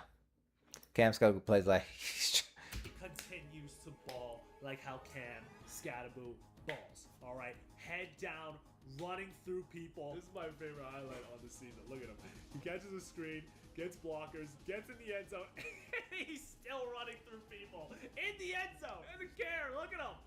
Look at him. He does not care at all. Look at his photo. This is just crazy. Like, what is he doing? I think one of the funniest parts about this guy is this guy's actually a good player. It is rookie season up until week 7. We're looking at fantasy stats because that's how we judge players here. He's the 8th best running back in fantasy. This guy's outproducing Ashton Genty 7 weeks in. All right. Okay, that's not a surprise because their freaking line was god awful. Their line for the Vegas Raiders, they were terrible. Ashton Genty did not look good in that line. You couldn't put the world's best running back behind that offensive line. Ashton Genty, if you guys don't know who that is, he's a rookie in the same class who was the 6th overall draft pick. Scatterboo was 105. They both play the same position, but he's playing better than the 6th overall pick. He's not playing better than the 6th overall pick. He just looks better because his team is better. Then you got, that was just terrible. I can't wait to see what they look like next season, though. That's going to be scary, too. Genty behind good quarterback, good lines. Come on. Nah, that's cherry pick, to be honest. Yeah, it is, bro. Like, that was, come on now. This guy's growing his fan base off the field, increasing his lore, increasing his aura. And on the field, he's running people over, putting up numbers. And along with Jackson Dart, their new quarterback, people are starting to rally behind the New York Giants until week 8 happens. What's up? I was just see how much you were playing, but you're not playing nothing. It's reactions day. That's right. Tears his ankle up, and they lose Scadaboo for the year. All right? Yeah. This injury is so bad they couldn't even show Genty up. and Dart duo might be top 3. Eagles fans are having a standing ovation for this guy. I mean, the Eagles hate the Giants, and Eagles fans are like the scummiest fans. I mean, if you see Buddy snap his foot in half, I hope you're a good sportsman as a fan and would stand for the guy who literally cracked his ankle in 17 different places. Come on, what do you mean? This guy, this I gotta get my finger placements right. This guy sound like a square, so like, you know, low key. But you gotta remember, this is a division rival. Yeah, I mean, that's true. I mean, I get that, but still, though, like, what type of scum of the earth person would you be? Just, you know, like, come Reactions with Miranda Big W's. on Hey, Right? Dom. They'll celebrate injuries. Two opponent Eagles players, fans, they yeah. are doing a standing ovation for Cam Scadaboo, all right? Everybody loves this guy. Look at his teammates right here, man. Everybody comes out to greet him. He's basically the heart and soul of the team. This is where it starts getting funny, all right? Scadaboo post-injury, he starts revealing more about his personality, who he is off the field, because he basically has nothing much to do, all right? I mean, look at him. He's adored by New York fans. This is him getting introduced at a Knicks game. Sealed the win. The moment landed Cam on the front page of the papers. Oh, he's on the front page of the New York Post, man. Everybody's making so much noise for him at MSG. This guy is attending WWE events. All right, here he is with Andrew Schultz. If you guys don't know who Matt Rempe is, he's a Rangers hockey player. All he does is fight. All right, if you look at all of his highlights on YouTube, it's just him fighting. That's literally his role, and he's rocking his jersey at a He's ready to go, man. He's fired up.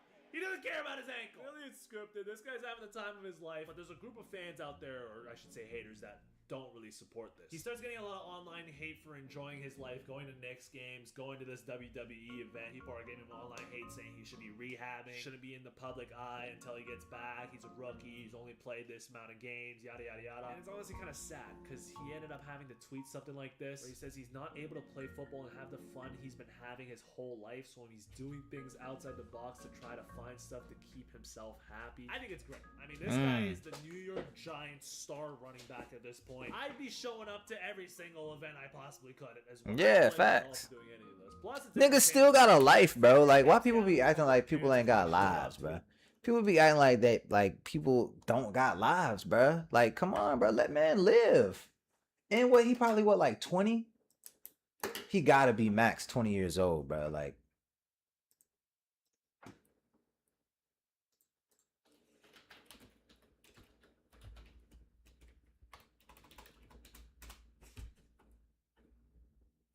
bro, he's 24. Bro, come on. Let the man live, bro. Jeez Louise, man. People so freaking sensitive. People hate me, people make me hate people. Saquon and him. Okay, that's a crazy take. Saquon 2.0.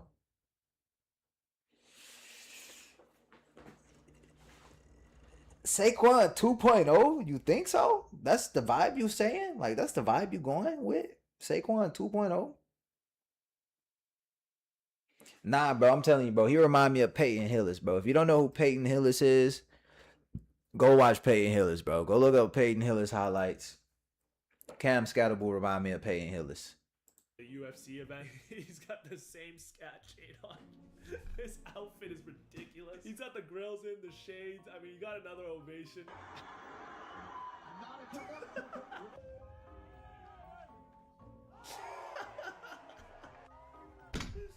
is this, man? I thought contracts usually had clauses against these type of activities. Are these guys brain dead? Who actually are believing this? No, there's no way. These gotta be trolls. And now he's spending his off time streaming on Twitch, all right, which is showing more of his personality. Here's him giving an injury update to his ankle. He's expected to be back at the start of next season right here. Yeah, there it is. I can even move my toes. Alright, okay, yeah. I don't need to be looking at his feet for this long, but and that's also where this moment comes from, where he's talking to his Twitch chat about scratching his chin. Shoulder. And recently he did a stream with popular streamer Neon right here. Here he is talking about his career, what he would have done if it wasn't for NFL football. Probably working for my dad. What did your dad do? Pest control. After football, I'm gonna be a cop or a firefighter. So he wants to be a cop or a firefighter. All right, he wants to be a public service guy. I thought this clip was funny as well, where he's asked to make a prediction about the Giants season next year. What's your prediction for next year? How do you think it's gonna go? Probably, I'm gonna say we're going to go like, was it 17 games? He doesn't know how I'm gonna many say we games go 12 and do the math. 12 and 5. Do the math. Bro does not know the math. 12 and 5 is his prediction for the Giants next year. And yeah, that's pretty much the story of Cam Scatabo. Let me know in the comments down below whether or not you think he has CTE or brain. Nah, bro, he's just a kid, bro. I mean, yeah, we all kids, bro. He just having fun, man. Niggas be tweaking, bro. We're gonna watch this here. We got 28 more minutes. Dom has posted 2 in there in the chat. Also 1, 2. Oh, Josh Down gets the call. Okay. The thought was since he is on the Heat, now he's ignited. Ooh, yeah. Yeah. That's what I'm talking again. Yeah. Okay. Thank you for taking your time to make that. I appreciate that for sure. That joint tough. Okay. We got another one right here. This one submitted by Dom. Before we do go into that though, I wanna update. I wanna update. Let's go to the cams. Switch to the cams. Fire. For one, thank you, Preston, for all your submits. Update, chat. Boy, do I have an update for you guys.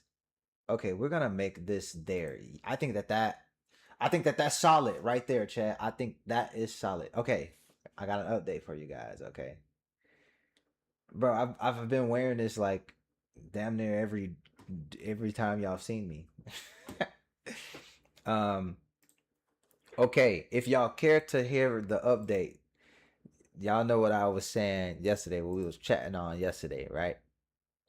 And I told y'all what I said, what my comment was, right? The last thing that I said, right? Show me your hands. That time it wasn't there. Yeah, but you didn't see it yesterday or the day before or the other day. So here's the update, right? Okay. Look, I don't even care anymore. Dom can apologize or not. I don't care. I've apologized to Don and made up. And Nilla is okay because it stands for vanilla. I don't care anymore, and you can't make me change the profile picture. And for the record, I told Swipe to stop saying I said the N-word when I didn't, and he didn't stop. And one last thing, when I seen your feelings were hurt by the old thing I said, I said sorry. So I said all I said was okay. So that's that. That is what it is. I tried to get him to change the PFP. He not gonna change the PFP. So shit. I mean, hey, if you want to report his ass, you're more than welcome to. Shit, for impersonating you or some shit like that, I'm pretty sure that you can do something like that. For impersonating or whatever. Report user profile. Maybe. Try doing that shit for impersonating user or something. Oh, you already did Discord. Don't give. Hey, I mean, at least he was on, same kind of page though, low key. Same kind of thought process though. All right, that was all. That was all I wanted to do a little update on. So let me go ahead and get the video started. Not started, but let me get the video up and going. But thanks for liking that song though, man. I do like the song too. That's the song right now.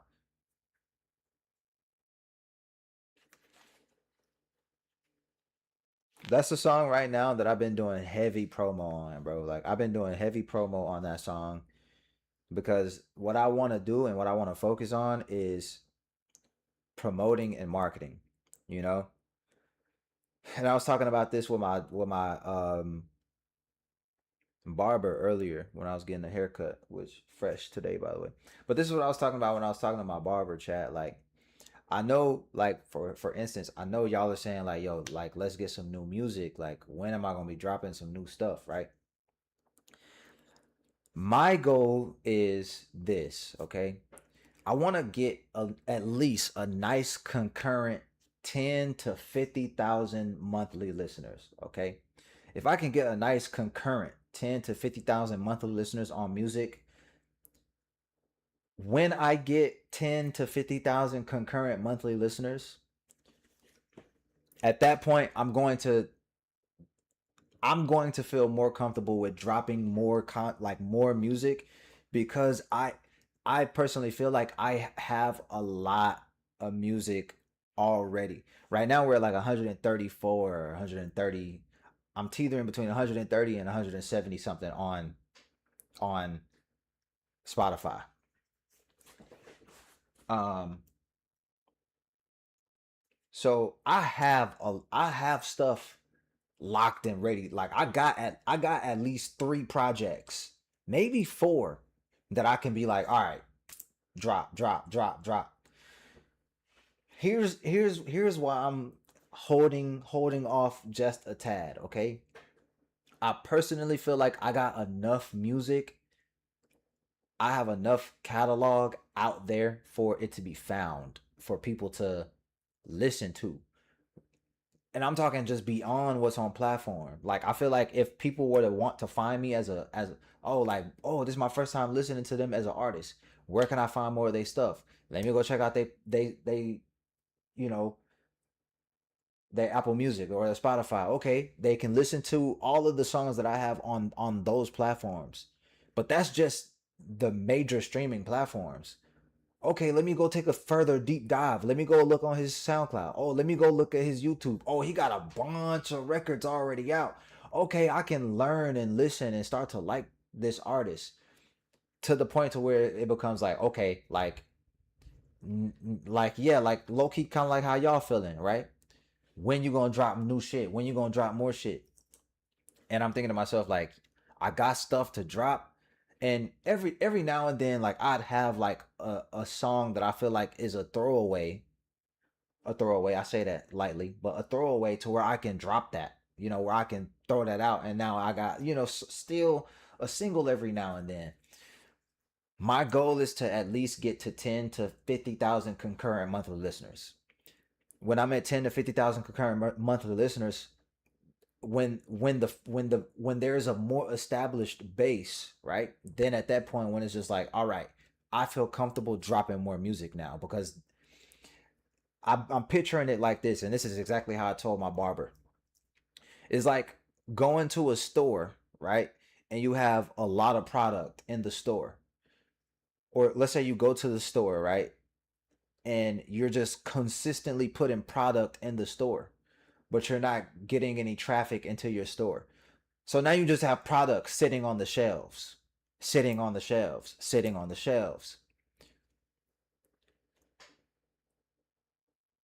What I want to be able to do now is take my store, take the product that I already have in the store, and get people to come to the store to buy the product that's inside of the store.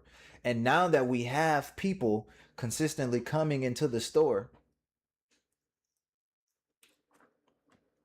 that's cool. I ain't tripping. That's fine. Like I said yesterday, bro. Like I said yesterday, if that be the case, that's cool. We're not here to babysit or do anything. Like, I said what I said about that message yesterday. If they weren't able to, see the error of their ways, that was gonna be it. I wasn't gonna try to keep or sustain them, bro. Like, it is what it is. Okay, so that's what my goal is, right? I have the store already. I have the product in the store. What we need is foot traffic into the store, right? Once the foot traffic is in the store and it's concurrent, people are coming in, buying, coming in, buying, coming in, buying. Then at that point, it's like, hey, you know, Boom, new product on the shelves. Now the people that are buying, coming in, buying. Oh shit, there's new product. People who've been coming into the store, oh shit, there's new product. Oh shit, there's new product. That's what I want to be able to get to. I want to be able to get to the point to where the product that's already out is driving the people in, right? Right now, I feel like Ignited is such a nice record that I've just been putting money towards marketing for Ignited. I've just been trying to put as much money for Ignited as possible because all it takes is one, bro. All it takes is one record to just pop, right? And I think that Ignited can be that one that just ignites. See what I did there? So anyway, as I'm just putting money towards marketing and promoting for Ignited, the more it generates, the more it starts to resonate, the more people start to hear it, the more I'm getting more people into the store, right? The more people are tuning into the song, the more people start tuning into all the other songs. Now we build in some momentum. And this is the marketing plan, right? I feel like every company has a marketing plan. Apple just didn't, every company has a marketing plan, whether they started out with a bunch of people already, whatever the case may be. You catch my drift. So we're marketing and we're marketing and we're marketing. We're putting money towards marketing, right? The more we market, the more we're able to get more people into the base, right? The fan base. The more the fan base is like eager to, okay, I'm liking this. What's next? The more I'm seeing, the more people saying, okay, what's next? 10 to 50,000 concurrent. They're tuning in. They're wanting more stuff. They're wanting more and more and more and more and more already. So at that point, it's like, boom, all right, feed the streets. Boom, feed the streets. The album that I already have albums like track listed out. I got 3 albums already track listed out, and I could potentially put a 4th one together with with the amount of music that I low key already got. And so with that being said, it's like one of those things where it's like, okay, I can put 1 to 2 albums out. And while those 1 to 2 albums, getting popping, we can be hitting tour locations, tour spots. All while that's still happening, I'm recording records. I'm recording records. But now the budget bigger. You know what I'm saying? So now I got, oh boom, I'm snagging beats. It's easier. I don't have to throw all my focus, energy, and efforts on creating the beats. Oh, I can snag beats. Oh, I like this beat. Let's snag it. Let's record it. Send it off to the engineer. Send it off to the master. Boom. And it's just now in a rotation. So more music will start dropping. Trust me. That more music will start dropping. I just ask for the base that I'm building, the people who like the music that I'm built. Like, I just hope that, please don't get impatient with me. That's all I ask. I'm saying all this, and also too there's like the other side of this take. Because the other side of this take could be, if I got the music, just put the music out and let the music gain momentum and yada yada yada. You know what I'm saying? So like everything that I'm saying could be said in the reverse, in the inverse as well, and 100%. So I get that too. But what I feel like we need, what I feel like with the inverse of it, I feel like that's been something that I've been doing already, and the effectiveness of it isn't there 100%. So we have to shift the strategy, and the strategy is song, market, boost, right? Boost recognition. Song, market, boost recognition. Once that song is boosted, recognition is boosted, now the wheels are spinning. Now the cog is turning. Yada yada. So yeah, that was, I don't know how we got to that, but yeah. Now back to the video. Bam. Okay, here we go. Chat. This one is brought to you by Dom. This one is called Modern Dating Norms. Okay, let's take a look and see what we got here with this one. The other day I woke up to two things. One, this Ooh, place this song's somehow nice. not being ruled a pen. Two, the Two. realization that our generation has normalized the dumbest of things when it comes to dealing with the opposite sex. At first I thought to myself, damn, I mean, I'm sure other generations had to deal with their fair share of nonsense too. When I realized there ain't no damn way they ever had to deal with things as dumb as this. Right. Texting has become a staple in this timeline, whether it be in the form of SMS, DMs, Snapchat. We're all using some form of texting. And because of this, it's now become an inevitable stage in the dating game. And my gosh, do I hate the games that we be playing when doing so. Like the need to wait before responses. Dog, who came up with this one?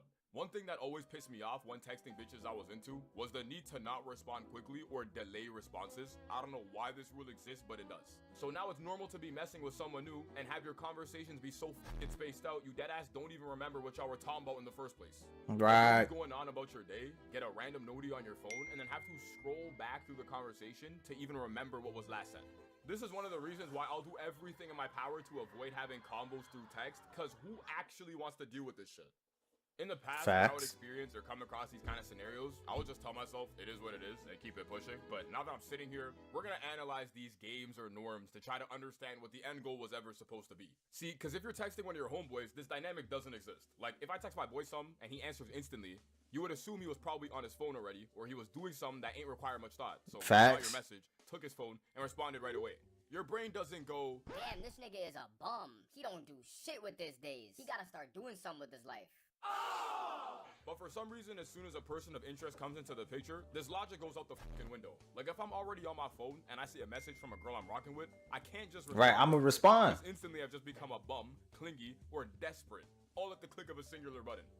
What? When you look at this from a game perspective, the whole point is to appear busy or not be too available even if you are, because otherwise it seems like you ain't got a life. Meaning motherfuckers could genuinely be doing nothing, want to respond to your message, and still wait for the imaginary timer to run out, because for some reason our generation is more concerned about always looking busy, as if downtime throughout the day doesn't exist. It don't help that if you encounter a certain kind of individual, you're automatically cued into a nonchalant off. So not only are y'all barely messaging, but y'all are barely sending letters too. Because in 2026, you're not allowed to show interest anymore. You must not give a f at all times. And the problem is this shit just drags, so now you'll have people thinking it's normal to not respond for a cartoonishly long period, and some will even try to tell you that they were too busy. Bro, remember Ashley, bro? Ashley, the one with the gray eyes? Bro, they're not gray, bro. I told you that already. Oh, whatever, bro. What about her? I snapped her last week, and I'm still undelivered, bro. Yo, to be honest, I don't know what's worse. The fact that you're still waiting for a response, or that you're still using Snapchat. Bro, if you're mad I'm getting my Snap score up, just say that, bro. Whatever, dog. Bro, she finally responded, bro. Yeah, because I was thinking us niggas go on a trip, because I'm trying to be Mr. Worldwide this year, you know what I'm saying? Yo, bro, you feel me or not? Bro, give me a second, bro. I'm focused. I haven't responded to Ashley yet. Dog, you still ain't respond to her? Bro, she left me undelivered for a week, so I did the same thing, bro. And is that a blank snap with text on the screen? Why not just text her? Why you worried about another man's hoops, bro? Last time I checked, this is my phone. Besides, I'm only doing Why he this put little please? chop right now, bro. My skin's breaking out. Well, if you followed a skincare routine, that wouldn't be happening. I've never had that in my life. This man put And that's why you please. should start with T, bro. I don't know what that is, bro. T. Shanley is the men's skincare that actually Nah, gang. Nah, gang. Nah, gang. Nah, gang. You don't get no free promo over here. You getting paid for that, not me, gang. Sorry. Sorry. Nah.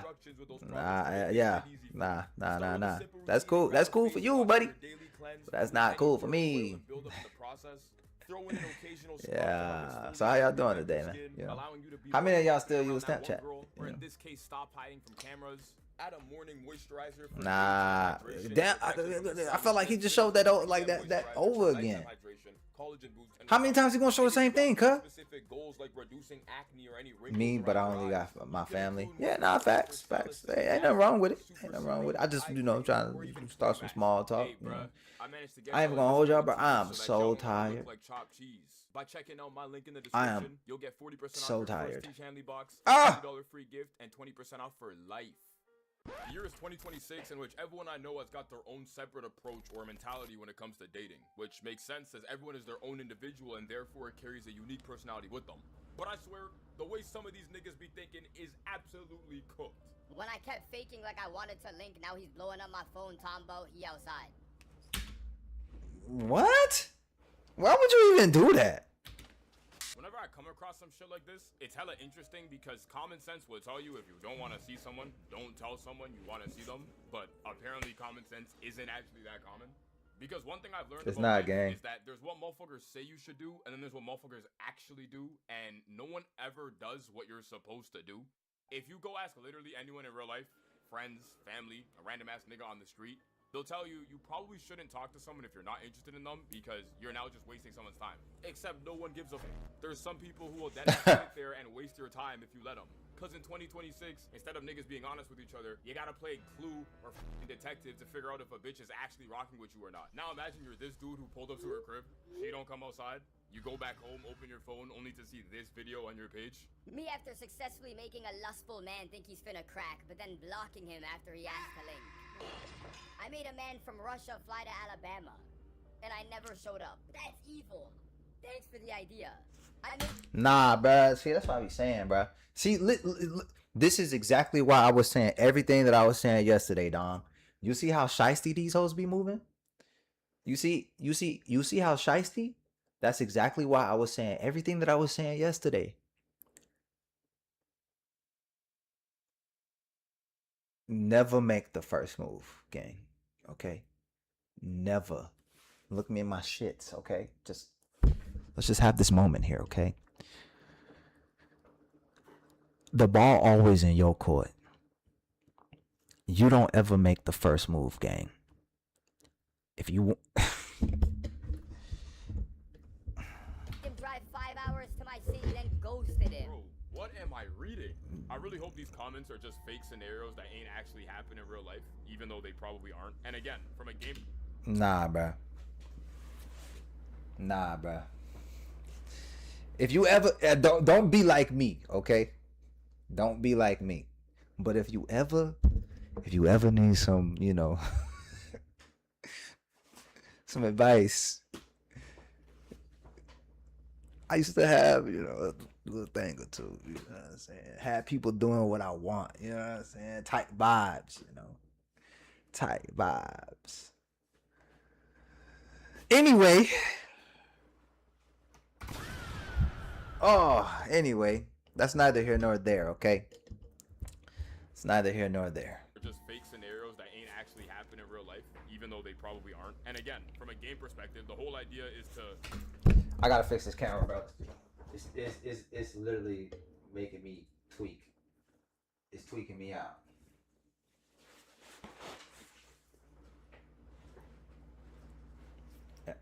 Okay, there we go.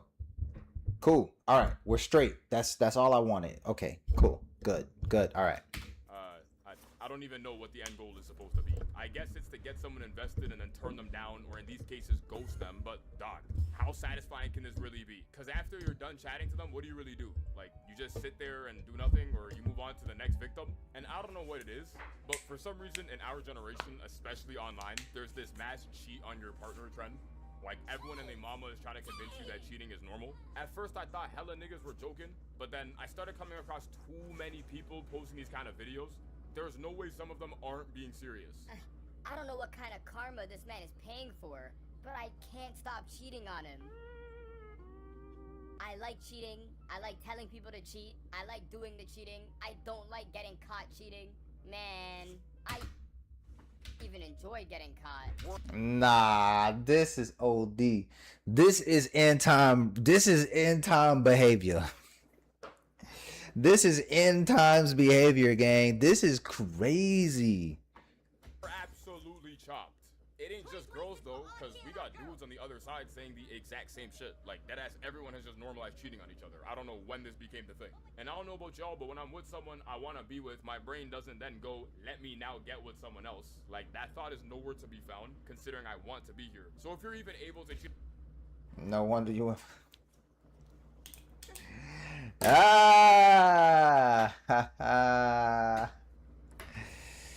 Nah, I mean they not safe either, gang. Ain't none of them safe, really. It could be any. It could be any. Trust me. The person you're in. Buddy, trust me. Oh, hey, listen. He only showing what he see because that be on his feed. Because this guy is black. I can tell. You can just hear it in his voice. But, buddy, it don't discriminate, gang. I'm telling you. It does not discriminate. Love with, there's a high chance that you ain't actually in love with that person. Except that shit don't fucking matter because as I said before, there's what people say you should do and then there's what people actually do. And no one actually does what you're supposed to do. If you go up to someone and ask them what they would do if they realized they were no longer in love with their partner, they'll be quick to tell you they would break up with them, as that's the standard response. But when I reflect on not only situations I come across on the internet, but instead my past life experiences or people I know's experiences, it don't take long before you realize that cheating is a lot more common than we'd like to admit out loud, especially once you realize how complex it gets. Everyone already knows about the classic "her new nigga was never new, you just never knew," or somehow McDonald's is texting her at 12 a.m. talking about the make back shots order she placed is only 15 minutes away. But all of this is just textbook cheating. It's past the physical. Some people are so f***ed up they'll be cheating emotionally, in which they'll deadass pursue or date someone knowing their heart and soul still yearns for someone else. Micro cheating exists, and in today's time of social media, something as small as your girl handing her IG out to a guy who hollered at her could easily be viewed as her planting a seed in case y'all two don't work out. There's a lot of different forms of cheating. But again, if I'm looking at this from a game perspective, why would I leave the person I'm with just because they don't satisfy me sexually and lose my comfort, validation, security, stability, and even familiarity when I can just go find someone else who does satisfy me sexually and enjoy the best of both worlds? Why would I tell the person I'm with that I'm still in love with someone else and risk losing them if I could just say nothing and reap the benefits that come with keeping them by my side? Why wouldn't I give my social media out to someone trying to holla at me just in case we don't work out? When it comes to human nature, there's a Hall of Fame. He kind of confused me all with everything that he was saying just then. I guess I wasn't paying attention well enough for me to really understand what he was saying just then. But yeah, there we go. There's the way you'd want to be treated, but the way some people be moving, you can tell they don't care about this line at all. Disrespecting strangers, people of interest, or even your partner has somehow become such a staple in this timeline, people don't even realize they're doing it. Time and time again, I'll come across terrible clips that I genuinely hope are AI generated or are f***ing skits because there just ain't no way, bruh. Don't take this the wrong way, but like, there's so many fine niggas. What the if I'm ever out with a girl I'm into, yo, we making the same face. Why? The need to address how many fine niggas are around us. Not reacting in the moment because I'm just so stoic and. But you know, you be like, word. There's a lot of fun bitches in here too. Just see what the response is gonna be. Oh. Nonchalant, of course, but best believe on the drive home and for the rest of my life, that moment is replaying in my head. See, that's when you, you be, oh, for word, yeah, hey, and it's a lot of bad bitches in here too, especially her over there, boy. I've been eyeing her this whole time. Now your feelings hurt. You thought, but yeah, no, yeah, go ahead. It matters even worse. This nigga goes on to say this.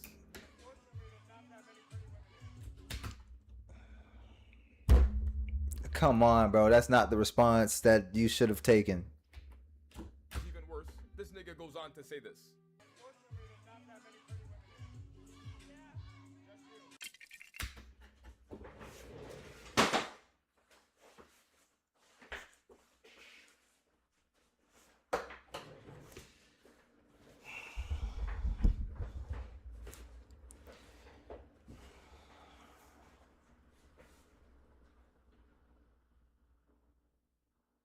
But he thought that was so smooth. He felt in his heart of hearts. He said, "Oh yeah."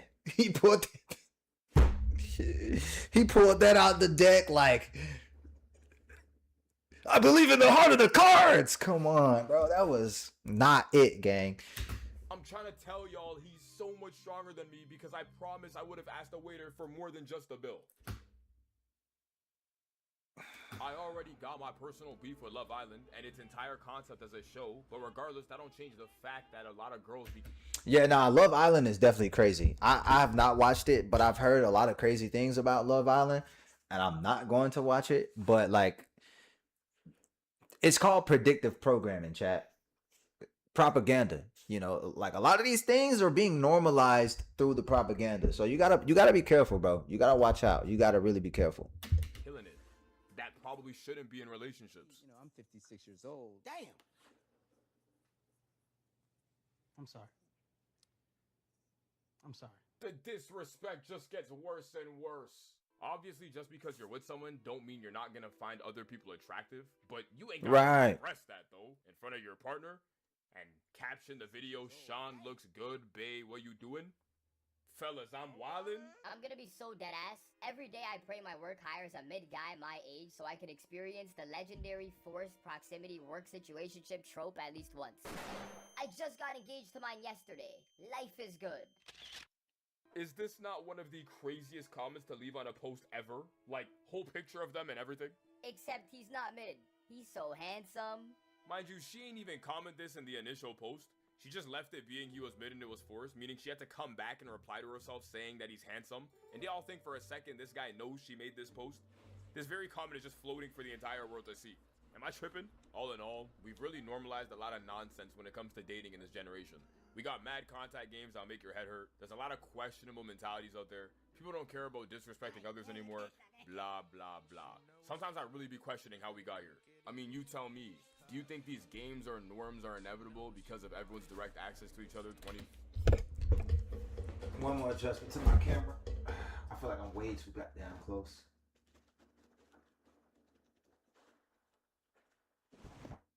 Down. There we go. Much better. Much better. But now y'all can't see the logo. I'm gonna figure something out, bro. I am overthinking it, but as I'm just looking at it, I can just tell. 24/7, or do these problems only exist when you choose someone who doesn't choose you? Yeah, what's up? Should I go to Chipotle all the way? Should you go to Chipotle? Oh, he's making Rotel. He switched it up. Is he making it like you make it? I don't know how he makes Rotel, but he's making Rotel. I mean, it's normal way you make it. 1 minute spice level.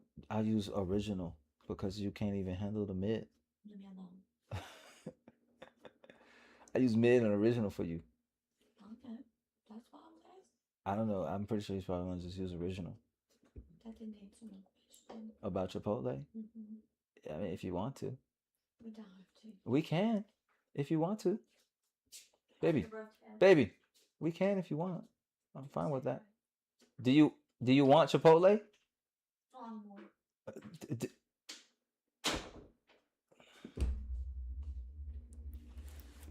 I gotta cut this shit off again, man. I'm starting to sound crazy again, bruh. Kiss that. Kiss that. All right. W video. W vid. I gotta so I use this right here to determine if it's straight or not. And it's crooked. W reaction for real. But you want to know what's crazy? W vid. Without the vid, there'd be no reaction. W vid for the W reaction. All right. So we are 2 hours in. All right. So we've hit our peak. Whoa. Have we hit our peak watch time? Yeah, 2 hours in.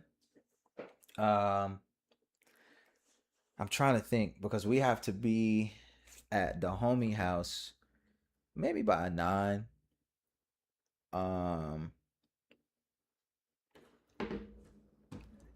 So yeah, I'm gonna go ahead and end this one so that way what I want to start doing though too, for real, is I want to start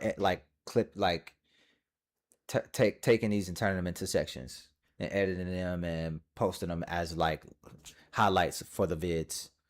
or highlights for the lives. You know, like how we was talking. Um, yeah. One of these days, bro, I'm just gonna have a what's his name, like hired. Like I'm gonna have a hired editor. Dude, took the words right out of my mouth.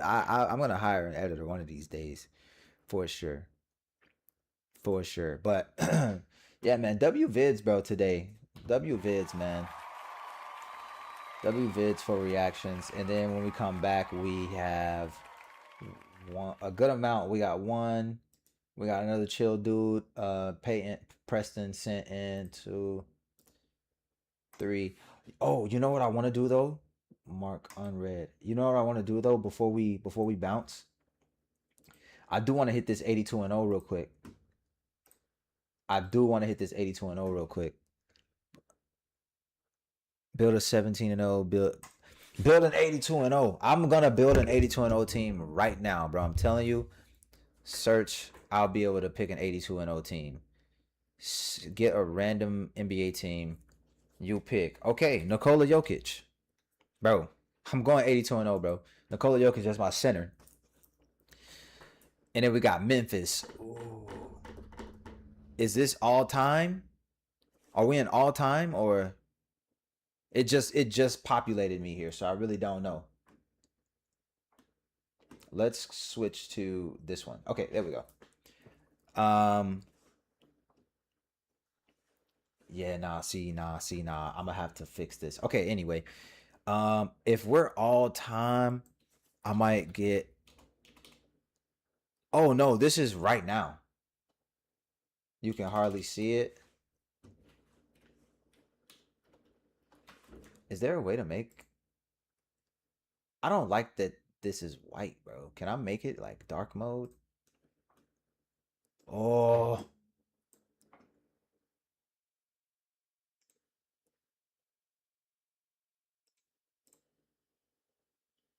Appearance. Dark mode.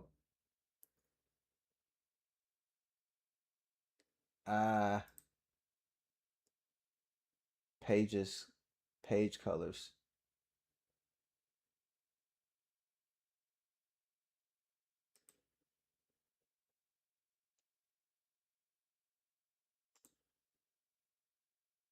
I guess, bro. I don't know. I tried. I'm trying to. Bro.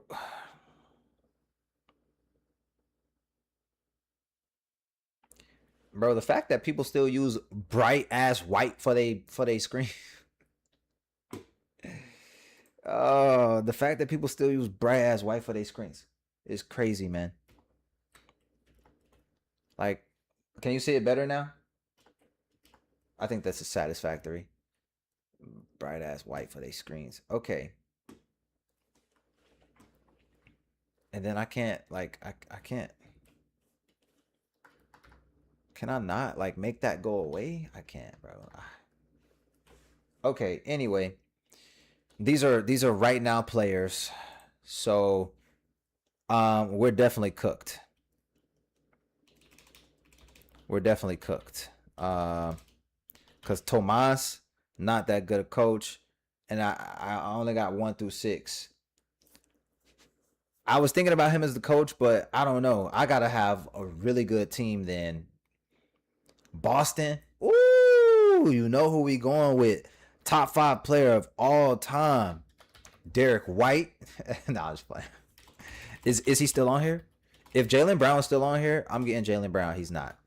All right, we'll take Jason Tatum as our power forward. That'll be some great. I would rather Jason Tatum at my small forward, but considering that I can't get him at my small forward, because, yeah, it's whatever. What I hate about this is they got players glued to one position. Exact. There's another one, though. There's another 82-0 game. We'll play that one after this one. Okay. We got the Clippers. Darius Garland is the only pickup that I can think of.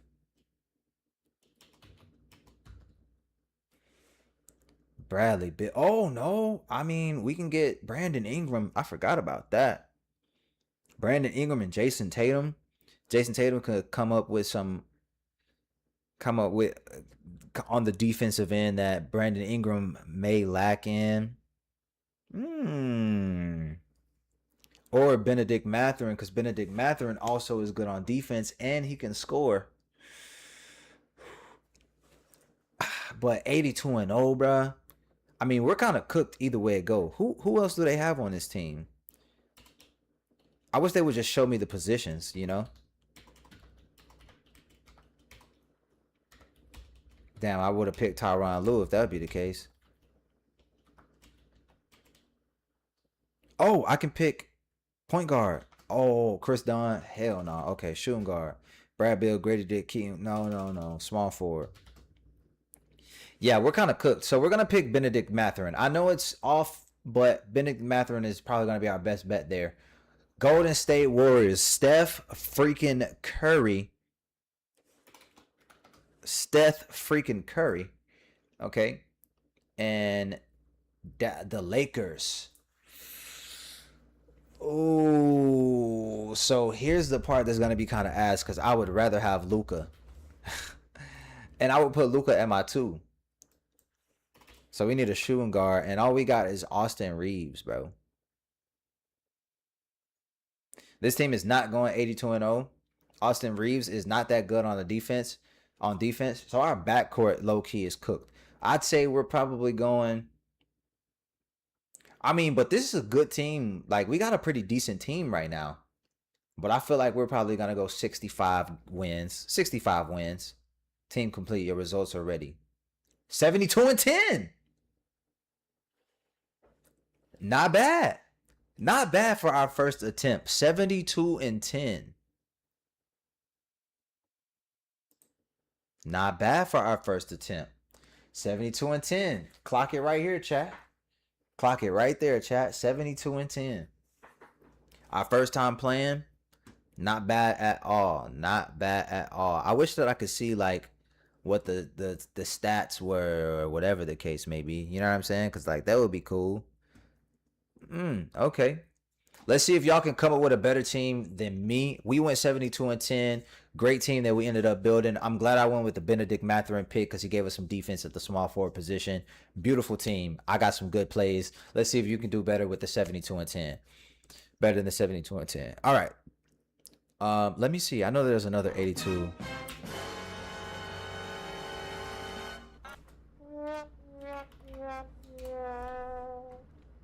There we go. This one. Okay. There we go. All right. Another 82-0. Let's try it. Play the classic draft with full player visibles. Yes. Okay. We're going to spin right here. Eras and Dallas in the 10s. Ooh, that's a young Luka. 21-7-6. Young Luka. And then we got old Dirk Nowitzki. OJ Mayo. Oh my gosh, bro. OJ Mayo was a bucket. Deron Williams, Wesley Matthews Jr., Seth Curry during this time too, during the 2010s. Darren Collison. We're going to go with young Luka here, okay? We're going to go with young Luka, and we're going to put young Luka right now at our shooting guard. Put young Luka at our shooting guard. I like this. You can beat it. We'll see.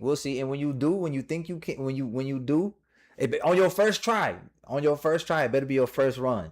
On your first run. 70. I went 72-10 on my first run. So on your first run, boom. I already sent it. Oh, word? Damn, Dom, you moving like that?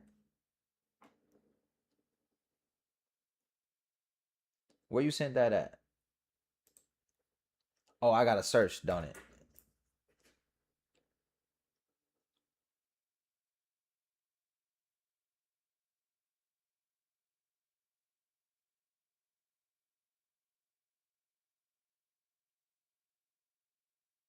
Yeah, I'm not gonna find that. Oh. 82-0. Shea, Donovan Mitchell, Jaylen Brown, Jason Tatum, Victor Wembanyama, and Thiago Splitter. Man, they not going 82-0 for real. They not going 82-0 for real. That's rigged.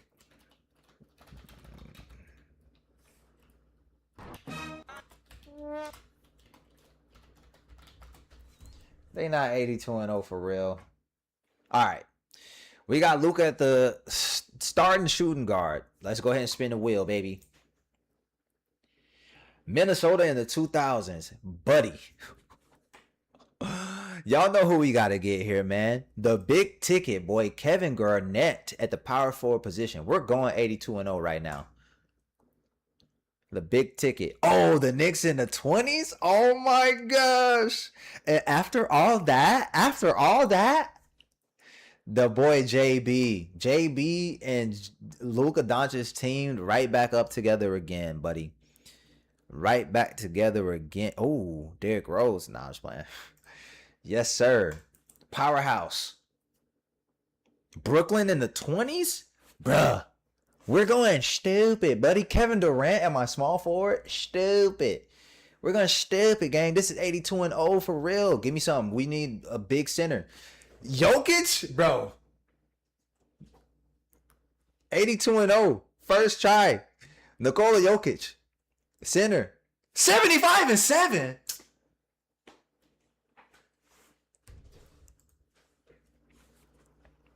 Bro, you're lying, bro. You're lying, gang. 75-7. I just assembled the greatest team in existence. I got Jalen Brunson, the 2020 New York Knicks, Jalen Brunson at the point guard. Luka Doncic at the 2. Kevin Durant. I was about to say Garnett.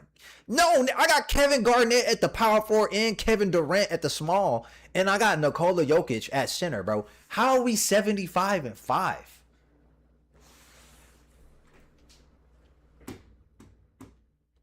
Cheeks, man. That's cheeks, bro. Let's do another one. That definitely was 82-0, bro. And you can't tell me otherwise. Ooh. 2000s Detroit. 2000s Detroit. Kind of crazy. Because I would go. Where my boy at? Where my boy Ben Wallace at? See, I could go Ben Wallace, right? He only averaged 8 points per game, but that rebounding and the blocks and the defense, bro, Ben Wallace. But Grant Hill was a bucket though, especially for okay, we'll get Grant Hill. I'm a little iffy about it, but we'll pick up Grant Hill. We'll put Grant Hill at the small forward. Let's go ahead and spin that right there. I would have rather have Ben Wallace though, low key. My bad, gang. I see you. What's good, Ali? How you doing? You gotta go. Thanks for stopping by and saying what's up and coming in, Ali. I appreciate you. I hope you have a great rest of your night. Sleep tight. Don't let the bed bugs bite. Okay, Pistol Pete. And we got the Jazz in the 70s. We can go Pistol Pete. We can go Mike Bibby Dad. You know what I'm saying? Nah, we're cooked on this one. We should go Pistol Pete. I mean, now let's go Spencer Haywood. Let's go Spencer Haywood off on the this man Truck Robinson. Nah, we going Truck Robinson. What the hell? 14 rebounds per game? Nah, that's crazy. That's mad scientist talk. Okay, we got Detroit once again.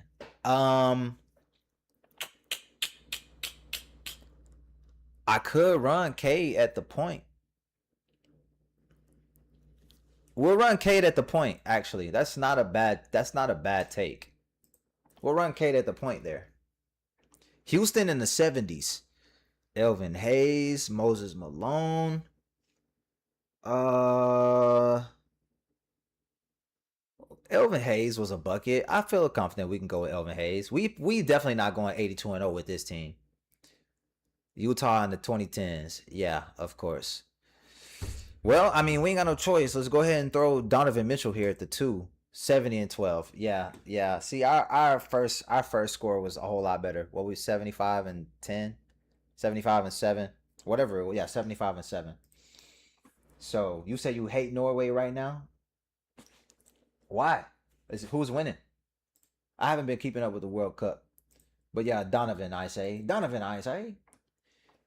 Yeah, that first one was rigged. We definitely should have won that first one, bro. I had assembled the greatest team of eternity. All right, attempt number 3. We're going 82-0 with this one. Memphis in the 90s.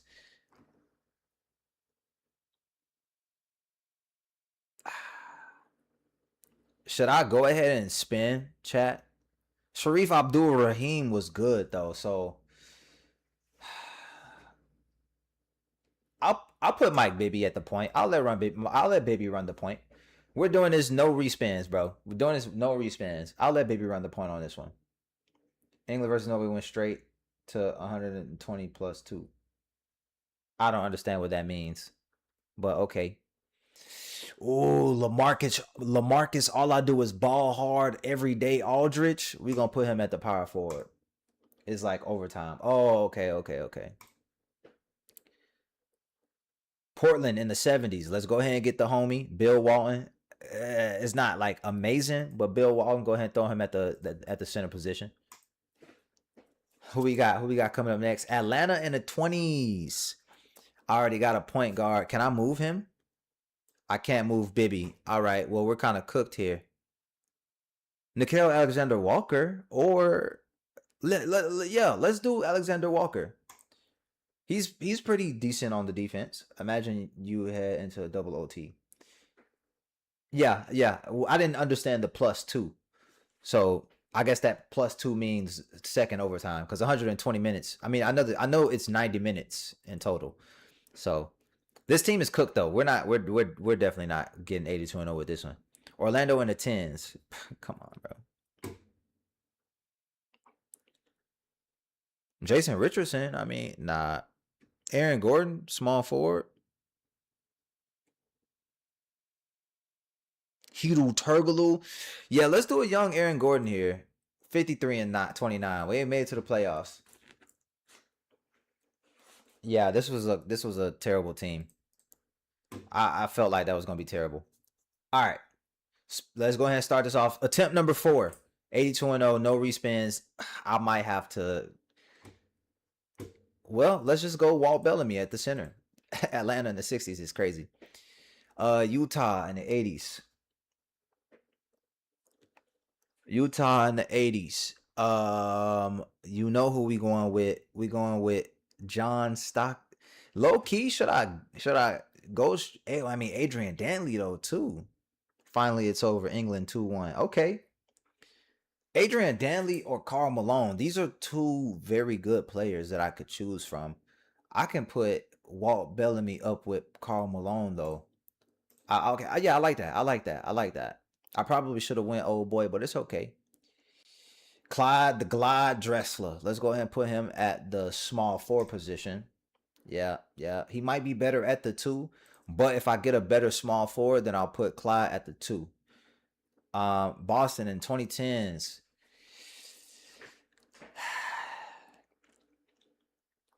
I could put the truth here.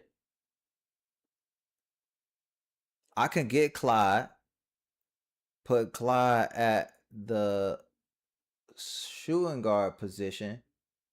Get IT. Yeah, see, I'm thinking IT, but see, look, I got somebody like Karl Malone and Walt Bellamy down there in the paint. What I'm thinking is someone with like basketball savvy, IQ, crazy.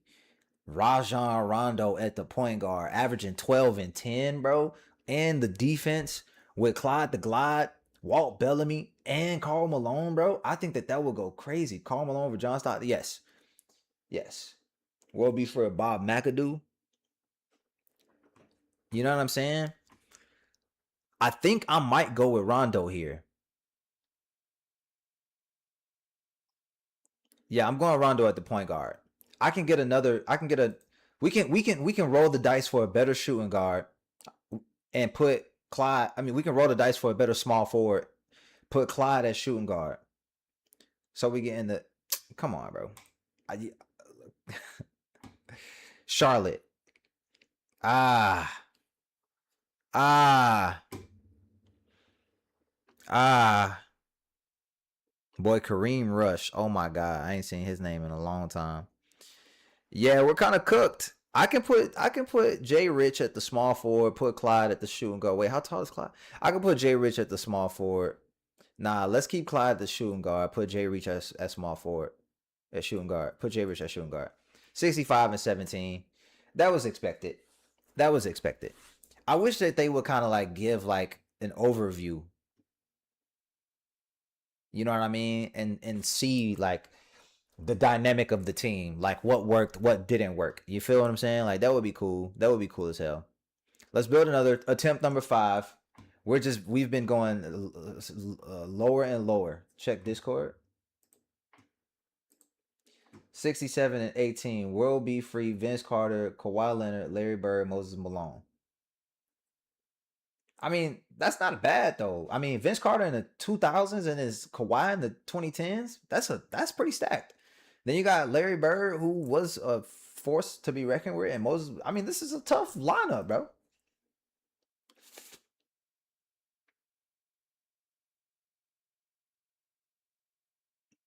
That's a tough lineup, gang. I liked it. I mean, that's not bad. I think I got screwed. You think you should have had way more? If you think you should have had way more, then yeah, think again. Okay. Now we talking Dwight in the 2010s. Let's go ahead and load that man up right there. Pause. Big pause on that. All right. Okay, Atlanta in the 90s. Okay, Atlanta in the 90s. Dominique Wilkins. Damn. Dikembe Mutombo. Yo. Nah, that'd be ass though, because then we'd have no. Nah, Dikembe was over here averaging 12. Nah. We cool. We can keep it that. We can keep it like that. Let's go ahead and put Dominique Wilkins right there at the small forward. This is about to be a killer team. We're going 82-0 with this one. Cleveland in the 10s. Oh my gosh. They got LeBron freaking James literally at every position. Okay. Clyde, I can't move him nowhere else. They literally got LeBron at every position. Yo, that's crazy. Should we put LeBron at power or shooting guard? Yeah, it honestly don't matter. Let's throw LeBron on there. Okay, here we go. Brooklyn in the 10s. Yeah, that cooked us. That cooked us. Yeah, that real deal cooked us. D'Angelo Russell was low-key kind of going crazy out there, but like he really wasn't at the same time, you know what I mean? Yeah, that definitely ruined our chances, chat. And I don't want to spin again. But we might have to spin the era. Listen, we're gonna do this just this one time. We might have to spin the era. Yes! Let's go, baby. Let's freaking go, baby. Great respin. Great one-time respin. Okay, chat. This is what I'm thinking here, chat. Okay, we got Kevin Durant here. We're gonna put Kevin Durant at the power forward position. We're gonna put Kevin Durant at the small forward. No, the power forward position. Okay, let's spin again. Give me something good. We need a great point guard. New Orleans. We're kind of cooked now. But you know what I'm thinking? Since we're on New Orleans, I can't change the era. Yo, what's good?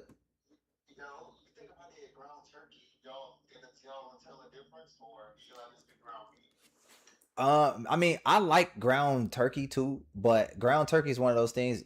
Do you know how to cook ground turkey? Because unless you like season that motherfucker right, it don't hit the same.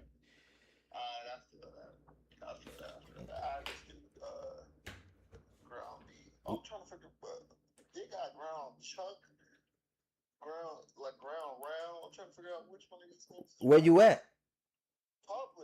Oh, Aldi. Oh, let me face. I'm gonna FaceTime you. Yo, so let me see. What we usually do, I'll show you. Let me see. What we usually go with is like a. Okay, so let me. What you getting like more than 1 pound?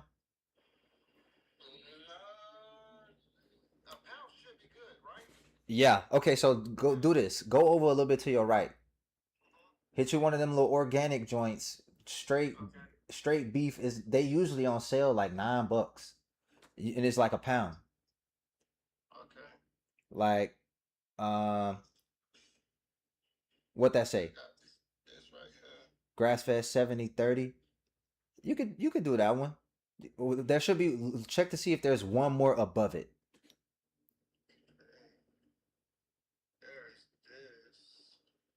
What's that to your left? Oh, not that one. In the middle. No, no, no, no, no, no. Your hand on it. Yeah, yeah, yeah, yeah, yeah. I would do. We usually do something like that because it's already a pound. It's already measured out and it's organic and it's less fat. Yeah.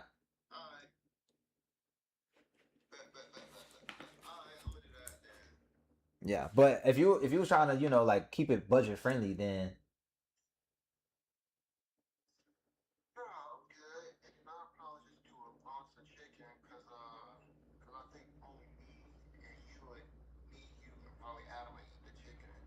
would you talking chicken like an 8 piece or wing?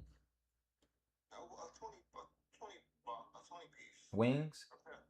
Oh, okay. Yeah, I'll definitely slide on those. You gonna get spicy or non-spicy? Breaded or non-breaded? Non-breaded? Oh, okay, okay. All right, that's cool. Say what's up to the chat. What's good? Chad, I just got off work, man. Yeah. Somebody walked out, bro. I'm like, what in the world? Like quit? Yeah, talking about me and David bullies. Let me guess. Was it a female?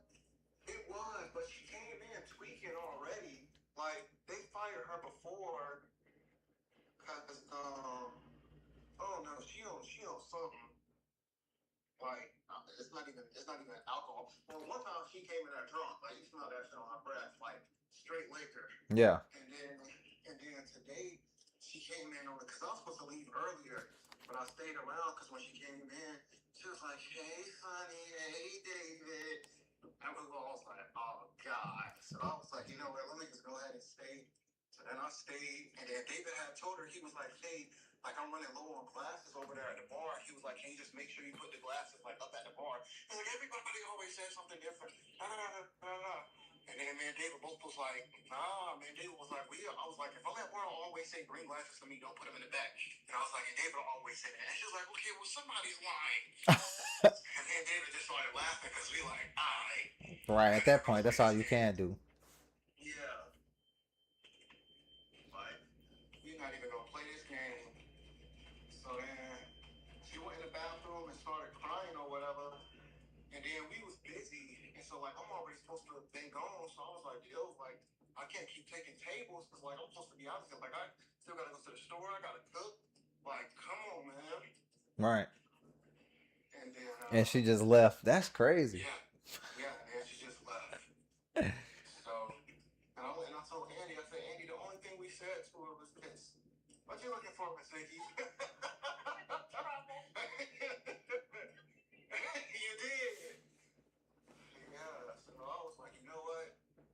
And then so we told our GM, and he was like, I'm not worried about it. He was like, I don't even know why we accepted her back in the first place. I said, literally, bro. I said, that's just trouble. Right. I was like, I literally stayed as a favor. Right. You're supposed to been off. Literally. I said, but you know what? It's all good. Ain't gonna even trip about it. Yeah, don't even trip. Don't even worry about it, cuz. Yeah. Y'all want some wine coolers?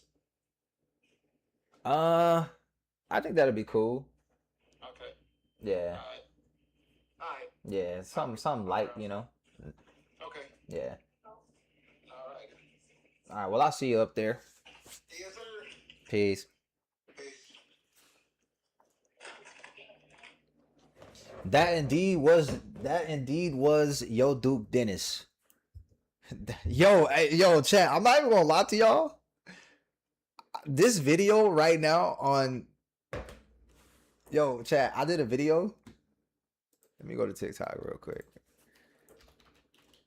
Oh my gosh, chat. Listen. I'm gonna just pull up the video. We live, eh? Can I watch myself? We live, eh? Okay, there's no echo. Can I watch myself? We live, eh? Okay, there's no echo. Can I watch myself? Okay. I'm adopted. My parents got me from an I don't care. Okay, listen. Let's go back to me real quick. I'm gonna show y'all this video here real quick, gang. Like, check this out. First of all, follow Jesus. Support me. Hit that link. You know what I'm saying? Okay, I posted this video right here. I have beef with you, Treyarch, and here's why. So for those who may not know, Call of Duty Black Ops 1 and 2 was just ported and ghost dropped on the PlayStation Store, so you can play it on the PlayStation 4 and PlayStation 5. Here's why I have beef with that. I own both of the games for PlayStation 3. These games came out over 15 years ago, damn near. I have beef with you guys because if I wasn't a PlayStation Plus member, I would have to spend $39.99 in order for me to play Black Ops 1 and Black Ops 2. What's good, bees? That came out 15 plus years ago. Y'all ported these games onto the PlayStation 4 and the PlayStation 5. I own these games. Why won't you just give me the opportunity and the option to just put the disc inside of the game and I play it? Why are you making me buy a game that came out 15 plus years ago when you can just figure out a way for me to use these discs inside of my PlayStation 5 so that way I can play? Oh, y'all can port the game onto the system, but I can't put my disc in? Okay, listen. Listen. This video right now, low-key, is going stupid. This video, low-key, is going stupid right now on Instagram. I got over 150 comments on this video on Instagram, bro. It's low-key going stupid right now on Instagram. And I'm like, holy cheese balls. Okay. Well, I guess I'm not. Yeah. Okay. Anyway, yeah, it's going kind of stupid. It's low-key kind of going stupid on Instagram. Last I looked at it, it had over 2,000 comment. I mean, 2,000 like. I mean, shit. It had over 2,000 views with hella comments, and now it's gotten over 150 likes on the reel. And I'm like, yo, this is low-key getting out of control. But you know, they was trying to flame me in the comment section, bro. And I'm glad that I'm not the only one with a fucking brain. Excuse my language. I'm trying to not curse. I shouldn't be cursing as much. But I'm glad I'm not the only one with a brain, gang, because there's people in the comment section talking, bro, is really $40 that much for you, bro? Nigga, stop being stupid, bro. It's not the price tag, it's the principle. And I was talking to my barber about this earlier today, and I'm so glad that my barber not a bot, bro. Cause he was like, yeah, bro, like the whole thing about it is like, we get it. We get all the other shit. Like everybody, oh yeah, like, yeah, you could do this or you could do that, you could do this, blah, blah, blah, blah, blah. Anyway, I think I'm gonna make the decision here to actually keep Dyson Daniels was on here. I think I'm gonna actually go with the decision to keep Respin. Bro, I'm thinking about picking up Lonzo, bro. I think Lonzo will be a great fit for this. And I should have dropped Dominique Wilkins, bro. If I could drop Dominique Wilkins, I would. Don't you dare. All right, okay.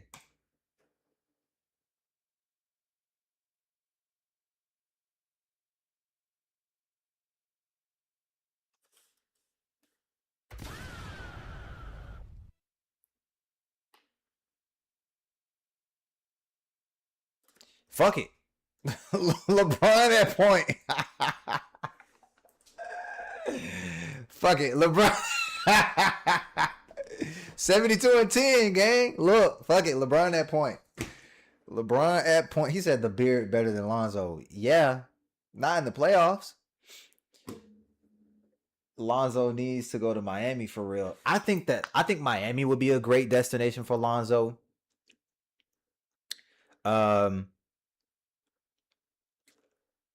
I think Miami would be a great destination for Lonzo, actually.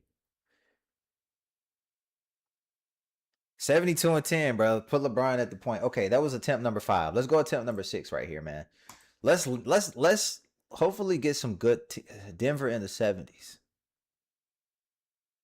All right, we're gonna spin the arrow immediately. Please give me Nikola Jokic. Yes. Okay, there we go. All right. Minnesota in the 20s. That's what I'm talking about, baby.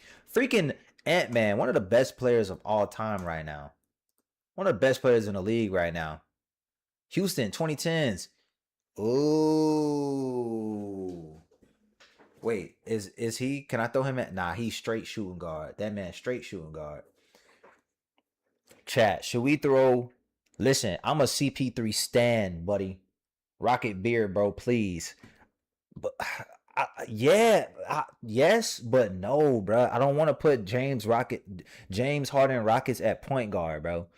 If I could put him at shooting guard, then yeah. But fuck it. Okay. I'll put him at the point. Houston in the 60s. Well, looks like we're going Elvin Hayes at power forward. I knew I should have picked Chris Paul, bro. I knew I should have picked Chris Paul. Boston in the 60s. John Havlicek, I guess. Yeah, well.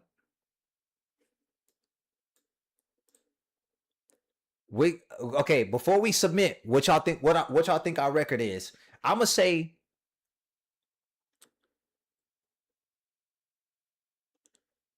about 67 wins. I'll say 67 wins. 76-6? Not bad. We're getting close. What was our first one? 77-5. That was our very first attempt. 77-5. 8, 9, 10, 11, 12. Yeah. 40 wins. All right. That was attempt number 6. Let's try it again. Bam. Boston in the 2000s.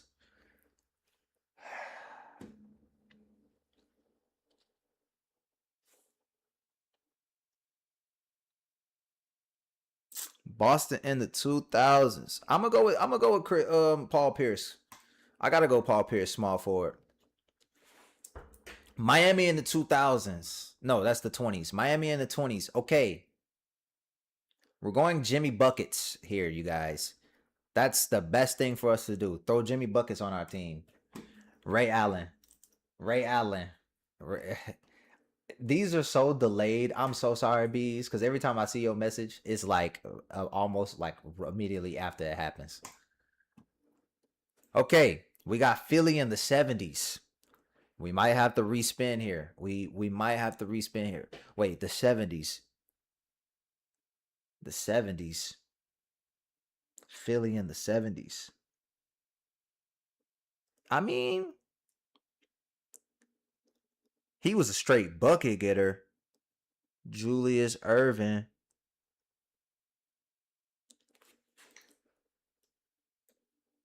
I could put Jimmy Butler at the power forward.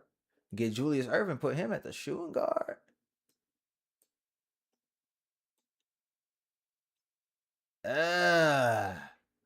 I'm conflicted. I remember when you was conflicted. Let's just get Billy Cunningham. 20s Miami again, bro. Get me out of here, bro. Okay, we gotta go era. No, switch teams. Give me a better team. Luka Dunker at the point guard position. Hell, bam, he'll get you 83. we switched that up. San Antonio Spurs in the 2000s. We probably finally have done it, chat. This team is going 82-0.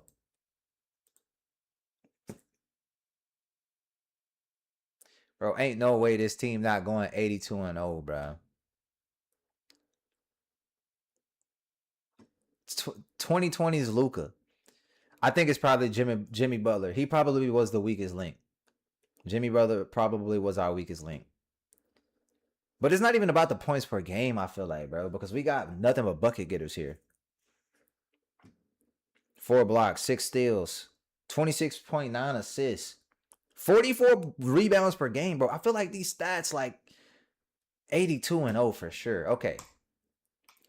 Attempt number 7. We'll stop at 10 attempts. We'll stop at 10 attempts. Steph freaking Curry, give them to me. Give them to me, baby. Point guard. One of the greatest point guards of all time. Sacramento in the 20s.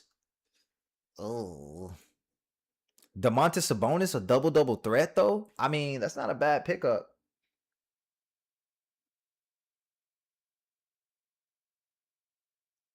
Okay, chat, y'all let me know. Change team, right? Or we could change the era. Because if we change the era, we can get Zebo low-key. If we change the era, we can get Zebo low-key.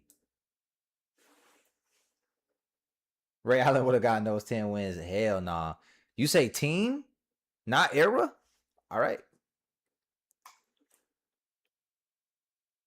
Please not the Pelicans. That's not better, gang. That's not better at all. The Rosen for the 2020s. Okay, the Rosen here might not be a bad idea, but what I'm thinking for this one, bro, preferred the Rosen.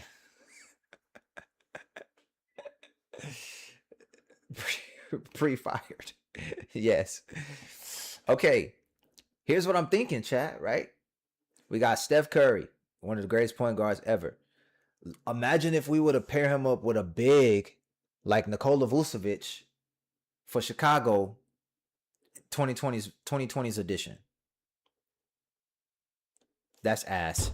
I guess we just gonna have to go with neither one of them play defense. DeRozan is definitely the safe choice. We'll put DeRozan at small. Let's put DeRozan at small forward. Let's spin again.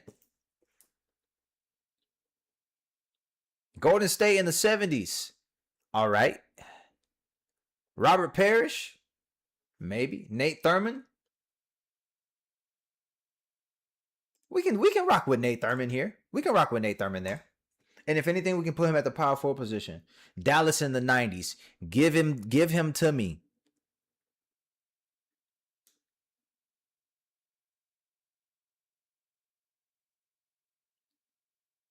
Oh, he wasn't there yet. I'm tripping. Oh, yeah. He was rookie. This is baby Nowitzki. Yeah, that's baby Nowitzki. Nah, we ain't going nowhere with that. Jim Jackson. Oh, we can do the era. Let's do the era. Okay. 2010s. I'd rather the 2000s, but I'll take the 2010s. I feel like we ain't really got no choice here. Like, no matter what we do, even if we pick Nowitzki here, we're kind of cooked. Because he won that ring in like what, 08? Like 08? When did Dirk Nowitzki win his ring? No, that was like 11. When did Dirk Nowitzki win his NBA championship? 2011. Okay. No. Facts. Okay. They said you're stuck with this, buddy. They said you're stuck with this, buddy. He said pick Dylan Harper. Oh, dang, that's right. I forgot about Dylan Harper. Yeah, we're kind of cooked here, bro. I thought we was gonna go 82-0. We're not going 82-0, but I could put DeRozan here at the shooting guard, right? DeRozan at shooting guard, and we could pick up Rick Barry. We could pick up Rick Barry. Ass. Right, right at this point. Cheeks. What was that? Attempt number 7? Okay, here we are. Attempt number 8, you guys. We're going all the way to attempt. We're going to 10 attempts. That was attempt number 8. Here we go. Charlotte in the 10s. Change teams. I mean, we can go Al Jefferson. My boy DJ Augustine. Yo, DJ Augustine was also one of my favorite point guards. Texas point guard, got drafted, did his stuff in the NBA. We're gonna go with Al Jefferson here, bro. We're gonna put Big Al at the power forward position because I think I can get a better center. That was attempt number 6.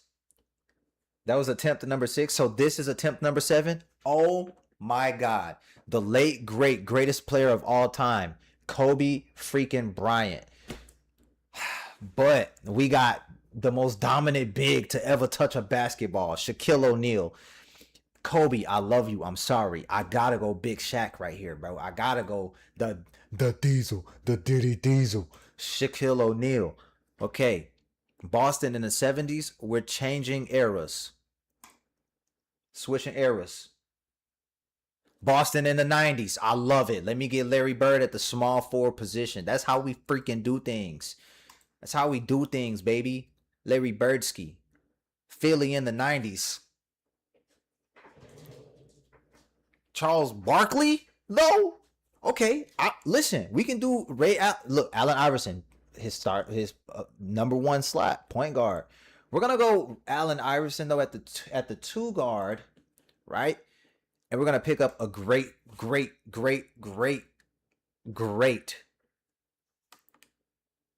Let me turn my headphones on. Okay, chat. If it's a great pull, let me get a GFT. If it's a great pull, let me get a GFT. If not, let me get a bruh. And let me hear it. I turn my headphones on so I can see it. My eyes are closed. I don't know what team or era we got. What the fuck?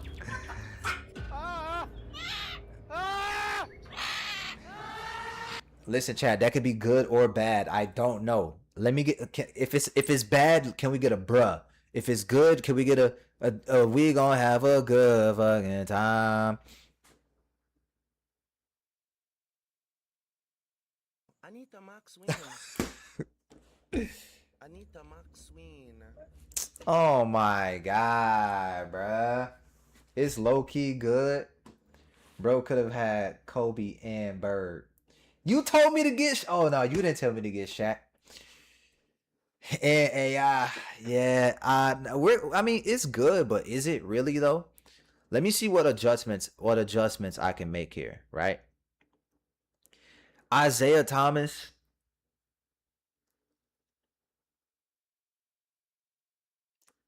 So I'm either thinking Kyrie.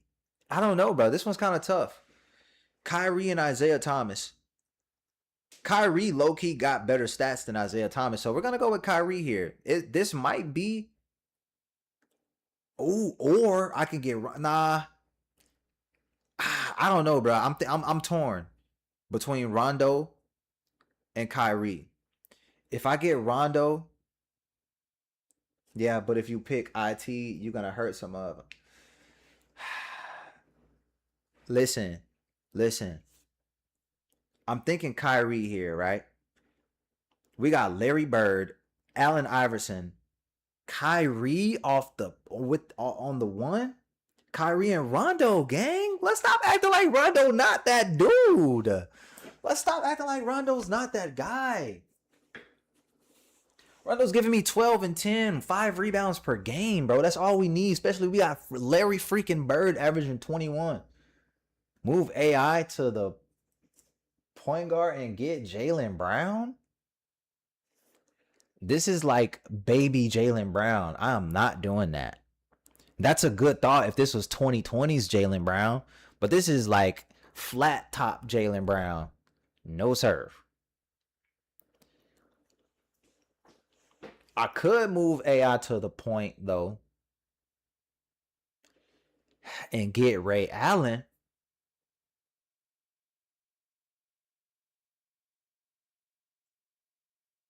Or respin team. I do have a team respin. I do have a team respin. Ha. Man. Okay, we'll respin team. Y'all, bruh, if it's bad, I need the max win if it's good. Okay, here we go. I'm not looking. I'm not looking. Bruh, if it's bad, I need a max win if it's good. Okay, I need the max win if it's good. Bruh, if it's terrible. Run.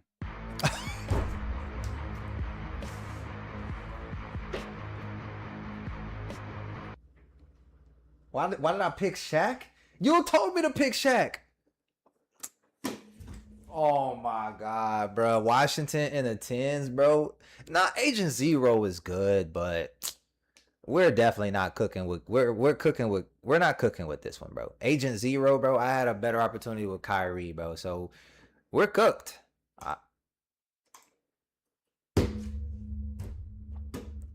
All right, attempt number 8, bro.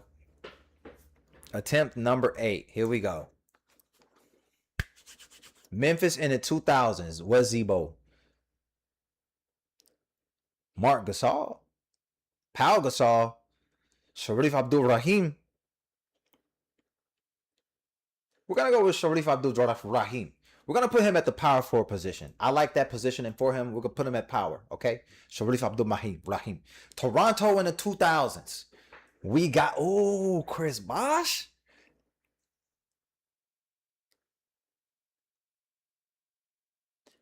We're going to Vince Carter. That it would be stupid for me to not get Vince Carter. We'll put him at the small forward position. Denver in the 90s. Alex English? Orlando Woolridge? Okay. We're going to put him at the shooting guard. Orlando Woolridge, small forward.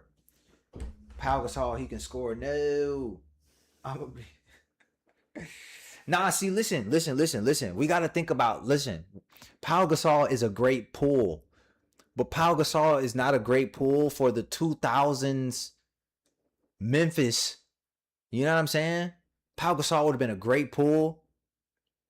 It would have been a nice pool. It would have been a nice pool, but I would rather Pau Gasol 2010s Pau Gasol versus 2000s Pau Gasol. You feel what I'm saying?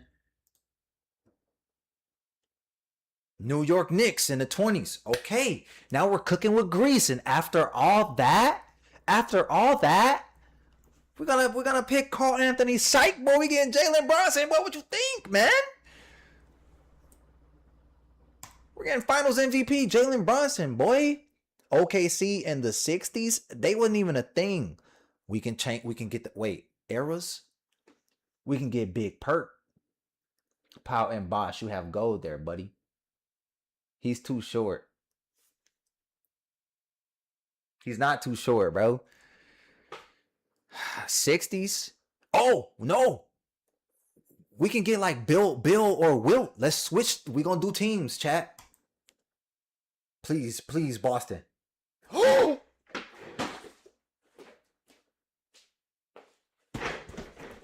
We got Bill freaking Russell.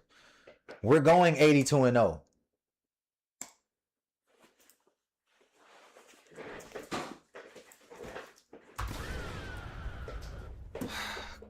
Bro, how is this not 82-0, bro? It's Orlando Woolridge, bitch ass, bro. I'm telling you, bro. How is this not 82-0, bro? It was probably Sharif Abdul-Rahim. Bruh, come on. Okay, attempt number 8. Not good. I thought that definitely would have been 82-0. All right.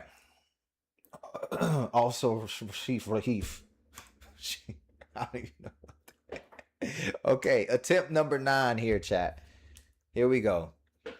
Detroit. Oh my God, we starting off with Detroit again, but that's okay. I like this pool. We're gonna pick Grant Hill, bro. We're gonna pick Grant Hill. Grant Hill's playing my small forward. Okay, Grant Hill's a bucket getter. Charlotte in the 2000s.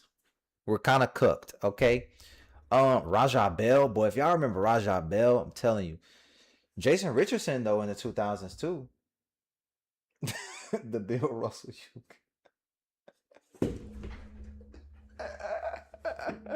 Hey yo. The Bill Russell I got.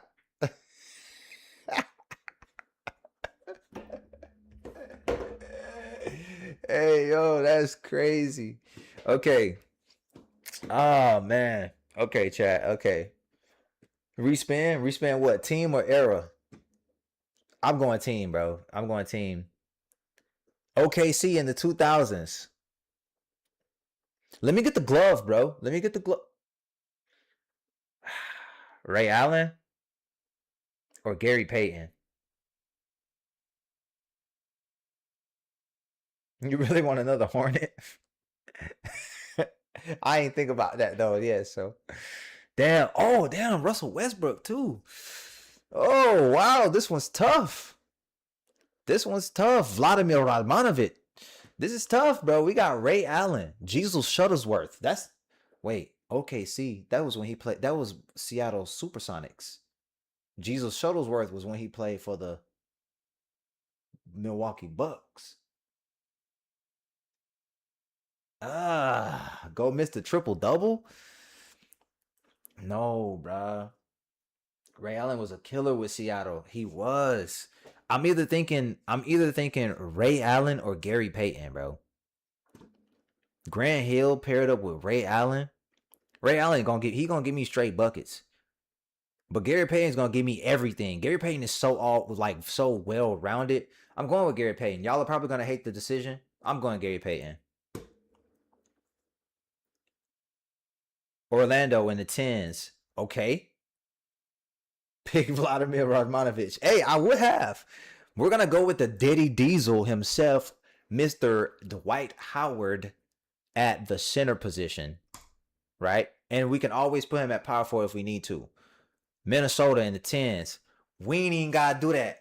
We ain't even gotta do that. We ain't even gotta do that. Cause you know why? You know why? Okay. Because, ladies and gentlemen, we just got Kevin freaking Love at the power forward position. Great position to put him in. Fat Kevin Love, too. Minnesota in the 20s. Okay, here we go.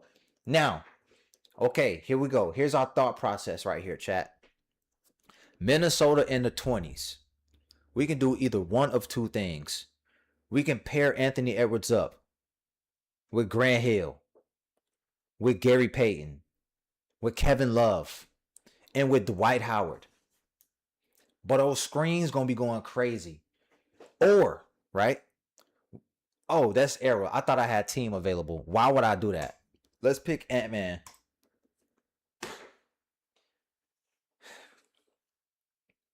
But you know what we gonna do? We gonna do a 2K Sim, bro. We're gonna do a 2K Sim, and we're gonna make these teams. I suck. Bro, no, I'm telling you, bro. This team is definitely going 82-0, bro. You cannot sit here and tell me that this team is not going 82-0. Points per game, 115. You can't tell me that they're not going 82-0, bro. Bro, Gary Payton on defense, bro. That was attempt number 9. This is attempt 10. Here we go. 82-0 challenge, bro. They're definitely cheating. San Antonio Spurs in the 90s. We're gonna go with David Robinson here because this was right before Tim Duncan took over, right? Well, no, we're gonna go Tim Duncan here because Tim Duncan is a forward, so we're gonna go Tim Duncan here at the power forward position because this is during the 90s. Tim Duncan was the reason why the Spurs won their ring. Okay, so I'm going with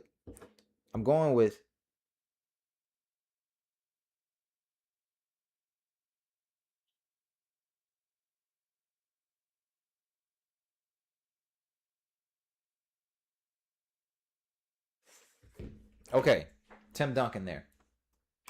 Okay, Who else? Who else we got? Boston in the 60s. Didn't we do Boston in the 60s? And we got Bill Russell and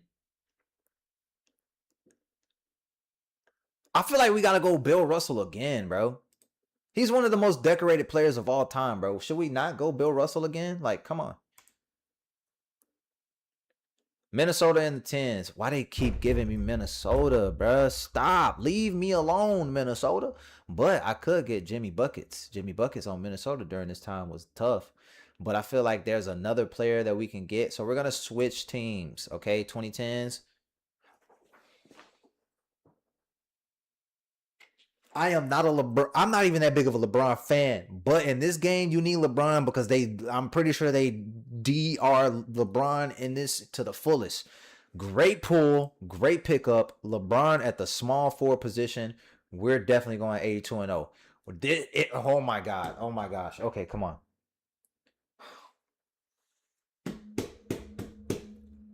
Bro, it be these.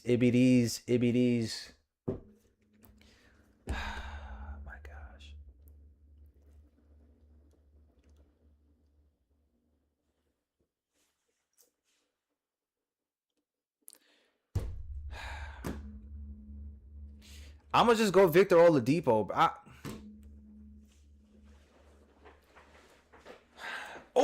Let's flip for the errors, right? We're gonna do the errors here. Yes. That's exactly what we needed. I feel confident in us putting a Desmond Bain here and us be okay. But I don't know, bro. I think I might just have to put LeBron at PB no J. I can't, bro. I can't put Paolo. I can't put Paolo, bro. I got Tim Duncan at the power forward position already. And they got Paolo as a power forward. So I literally can't do nothing, bro. I could put LeBron, I could put Bron at the point, but even with that being said, like I'm still kind of cooked. I'm going to have to get Desmond Bain, bro. That's the best option that I have. We went from 82-0 to 72-12, 72-10.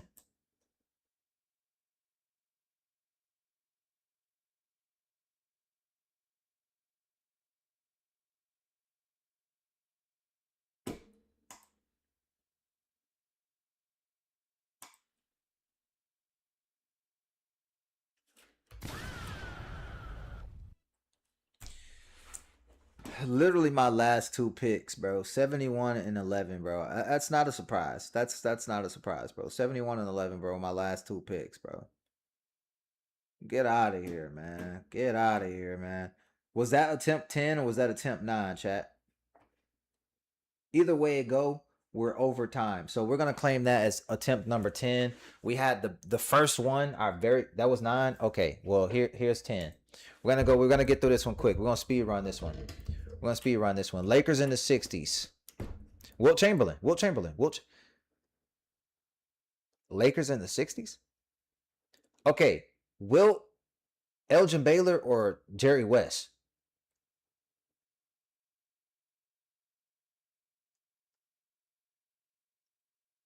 Bro, Wilt is one of the greatest players of all time, bro. Elgin Baylor at small forward. Jerry West at point guard. Oh my gosh.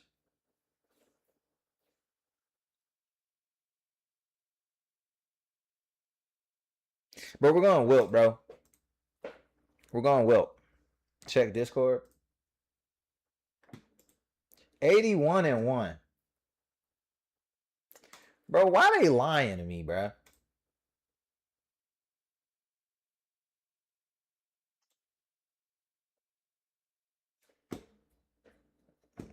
All right. Sacramento in the 90s. Chris Webber is a force to be reckoned with. We're going him. Dallas in the 10s.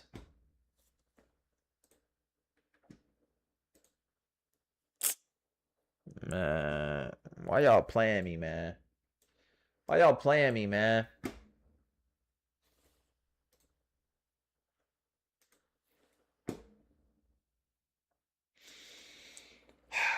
Okay, we're gonna flip teams here, and we're gonna hope and pray that we get Miami. Let's go. Let's go. Miami, Miami, Miami, Miami, Miami. Brooklyn in the tens.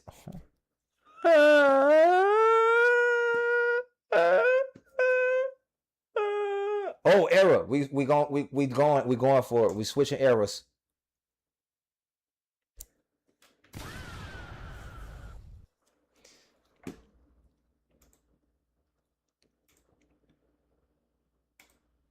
We're gonna get LeBron dad, Bernard King, Philly in the 60s. Yeah. Yeah, we're cooked. Yeah, we're cooked. Yeah. Yeah, we're cooked. We're gonna put you there, and we're gonna put you there, and 72 and 10. This team goes 72 and 10. Okay, whatever. 72 and 10, I guess, chat. Like, Steph, come on, bro. Y'all, come on now. Really? This team goes 72 and 10. But when I literally assembled the greatest team of all time, we go... Okay. Bet you ain't going 81. Yeah, whatever. All right. That's it. We're overtime by a lot, and it's time for us to go. Okay. Well, hey, listen, chat. Thank y'all so much for tuning in. I hope y'all enjoying the rebrand so far, because I'm having fun with it. I'm liking it. I know it's not really much that we doing, but I'm liking the direction in which I feel like the rebrand is going. You know, I feel like we're gonna be getting so much more. We're gonna get so much more out of it, and then because we've been building so much momentum with the channel already, it's just gonna make it better and better and better. So I appreciate y'all. Let me switch to the cams. Switch to cams. There we go. I need to make that shortcut the same. Link scenes, transition slides. We gotta make an outro and everything too, but cool. Thank y'all so much for tuning in to the stream. I appreciate y'all, man. It's been fun. I hope y'all have fun with your boy. Till I catch y'all again, man. I appreciate it. A few of these are openers or something will be fire. Yeah. It would be, honestly. Honestly, it would be. I gotta find like an editor or something. Somebody on. I'm definitely not doing that. I gotta find like a Zillow or something. A Zillow, not Zillow. A Fiverr. I gotta find a Fiverr or something. Somebody could like put together all of my best clips, best live joints, a little intro, and then a little outro. You feel what I'm saying? All right, we're gonna get up there. No chat. We're gonna get up there, Joe. I'm telling you, man. I'm trying to tell you, chat. We're gonna get up there for real, man. But I appreciate y'all so much. Thank y'all, man. I appreciate it, bro. Peace.